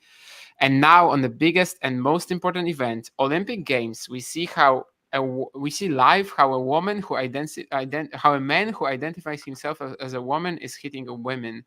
I mean, yeah, he clearly just read, the other tweets, which were basically saying that that person, Khalif, right, the surname, is, transgender, which is not true. So, yeah. All right. Anyway, on that bombshell, 3 hours into the stream, we are not yet 3 years old, but we will be hopefully in a year from now. But for now, we are 2, and I have uploaded now. Andy, Olivia, by the way, thank you very much for joining us. Andy, do please hit like and subscribe, and that means the same for all of you. Big thank you to Ghosty as well for his very generous generation. Feel free to donate 101. Very generous generation. Generous donation. There you go. That's a good idea. Feel free to donate $101, by the way, to supersede Ghosty's super chat. Thank you very much. I've actually got a video to close us out with. It's a 45-second clip. And there's been a few sort of moments in the last couple of years that have been fun. And this one was very much so. And somebody mentioning Tiramisu in the chat reminded me of this particular moment on the channel in about November of 2022. And it's our good friend who's on the stream right now. But he might not be here much longer because he's probably going to be working with Andy Murray and Judy Murray, and because he's being retweeted by and quote tweeted by Judy Murray. That always means that you're going to be working with them then. Yeah, and the BBC obviously and British. Why are you looking so confused for him, Nick? Mario knows exactly what. Yeah, Mario knows. Yeah, but Nick, you don't know anything about Mario's Judy Murray moment and BBC and stuff. No, oh yeah, no, I did hear about that. I read it in the chat, to be honest, because while I'm here, I'm not really reading Twitter, but yeah. So yes, the clip I'm going to play is involving Mario, but also the tiramisu comment. Because by the way, tiramisu, of course, is an Italian dessert, and I think it means Mario. It means cheer me up. Cheer me up. Yeah, pick me up. Right? Yeah. So very important for you to know as an eager fan, Nick, you can look very clever on Twitter in about 5 weeks from now when she wins the US Open and she opens it up and there's tiramisu in there, and you can tell all your friends it means cheer me up or pick me up. To the tooth. Yeah, that's the translation. That's the al dente. And this was, I'm 99% sure this is Mario's first time on the show. This was Mario's first time on the show, and I'm going to play it now. But to the rest of you, well, I think maybe Nick should say goodbye. Oh, Nick likes this. Nick's It's class. the standard Nick goodbye. Yeah. Thanks, Mario. Thanks, Damien and Nick. Thank you. And yeah, join us for more streams. But in the meantime, keep talking tennis. I'm also aware, I learned something in the last year or two. I didn't learn many things, but I did learn this. Iga Swiatek, she loves tiramisu, okay? And I also learned the meaning in English of tiramisu, which is to like lift me up, to cheer me up. Yes. Is the translation, right? Well, listen, Mario, London may have lost the ATP Tour Finals. Brits like me may have lost out, but Italians and Turin in particular has gained. And despite feeling a bit sad about London losing it, after this chat, Mario, you've cheered me up. You've tiramisu-'d me. You've tiramisu-'d me.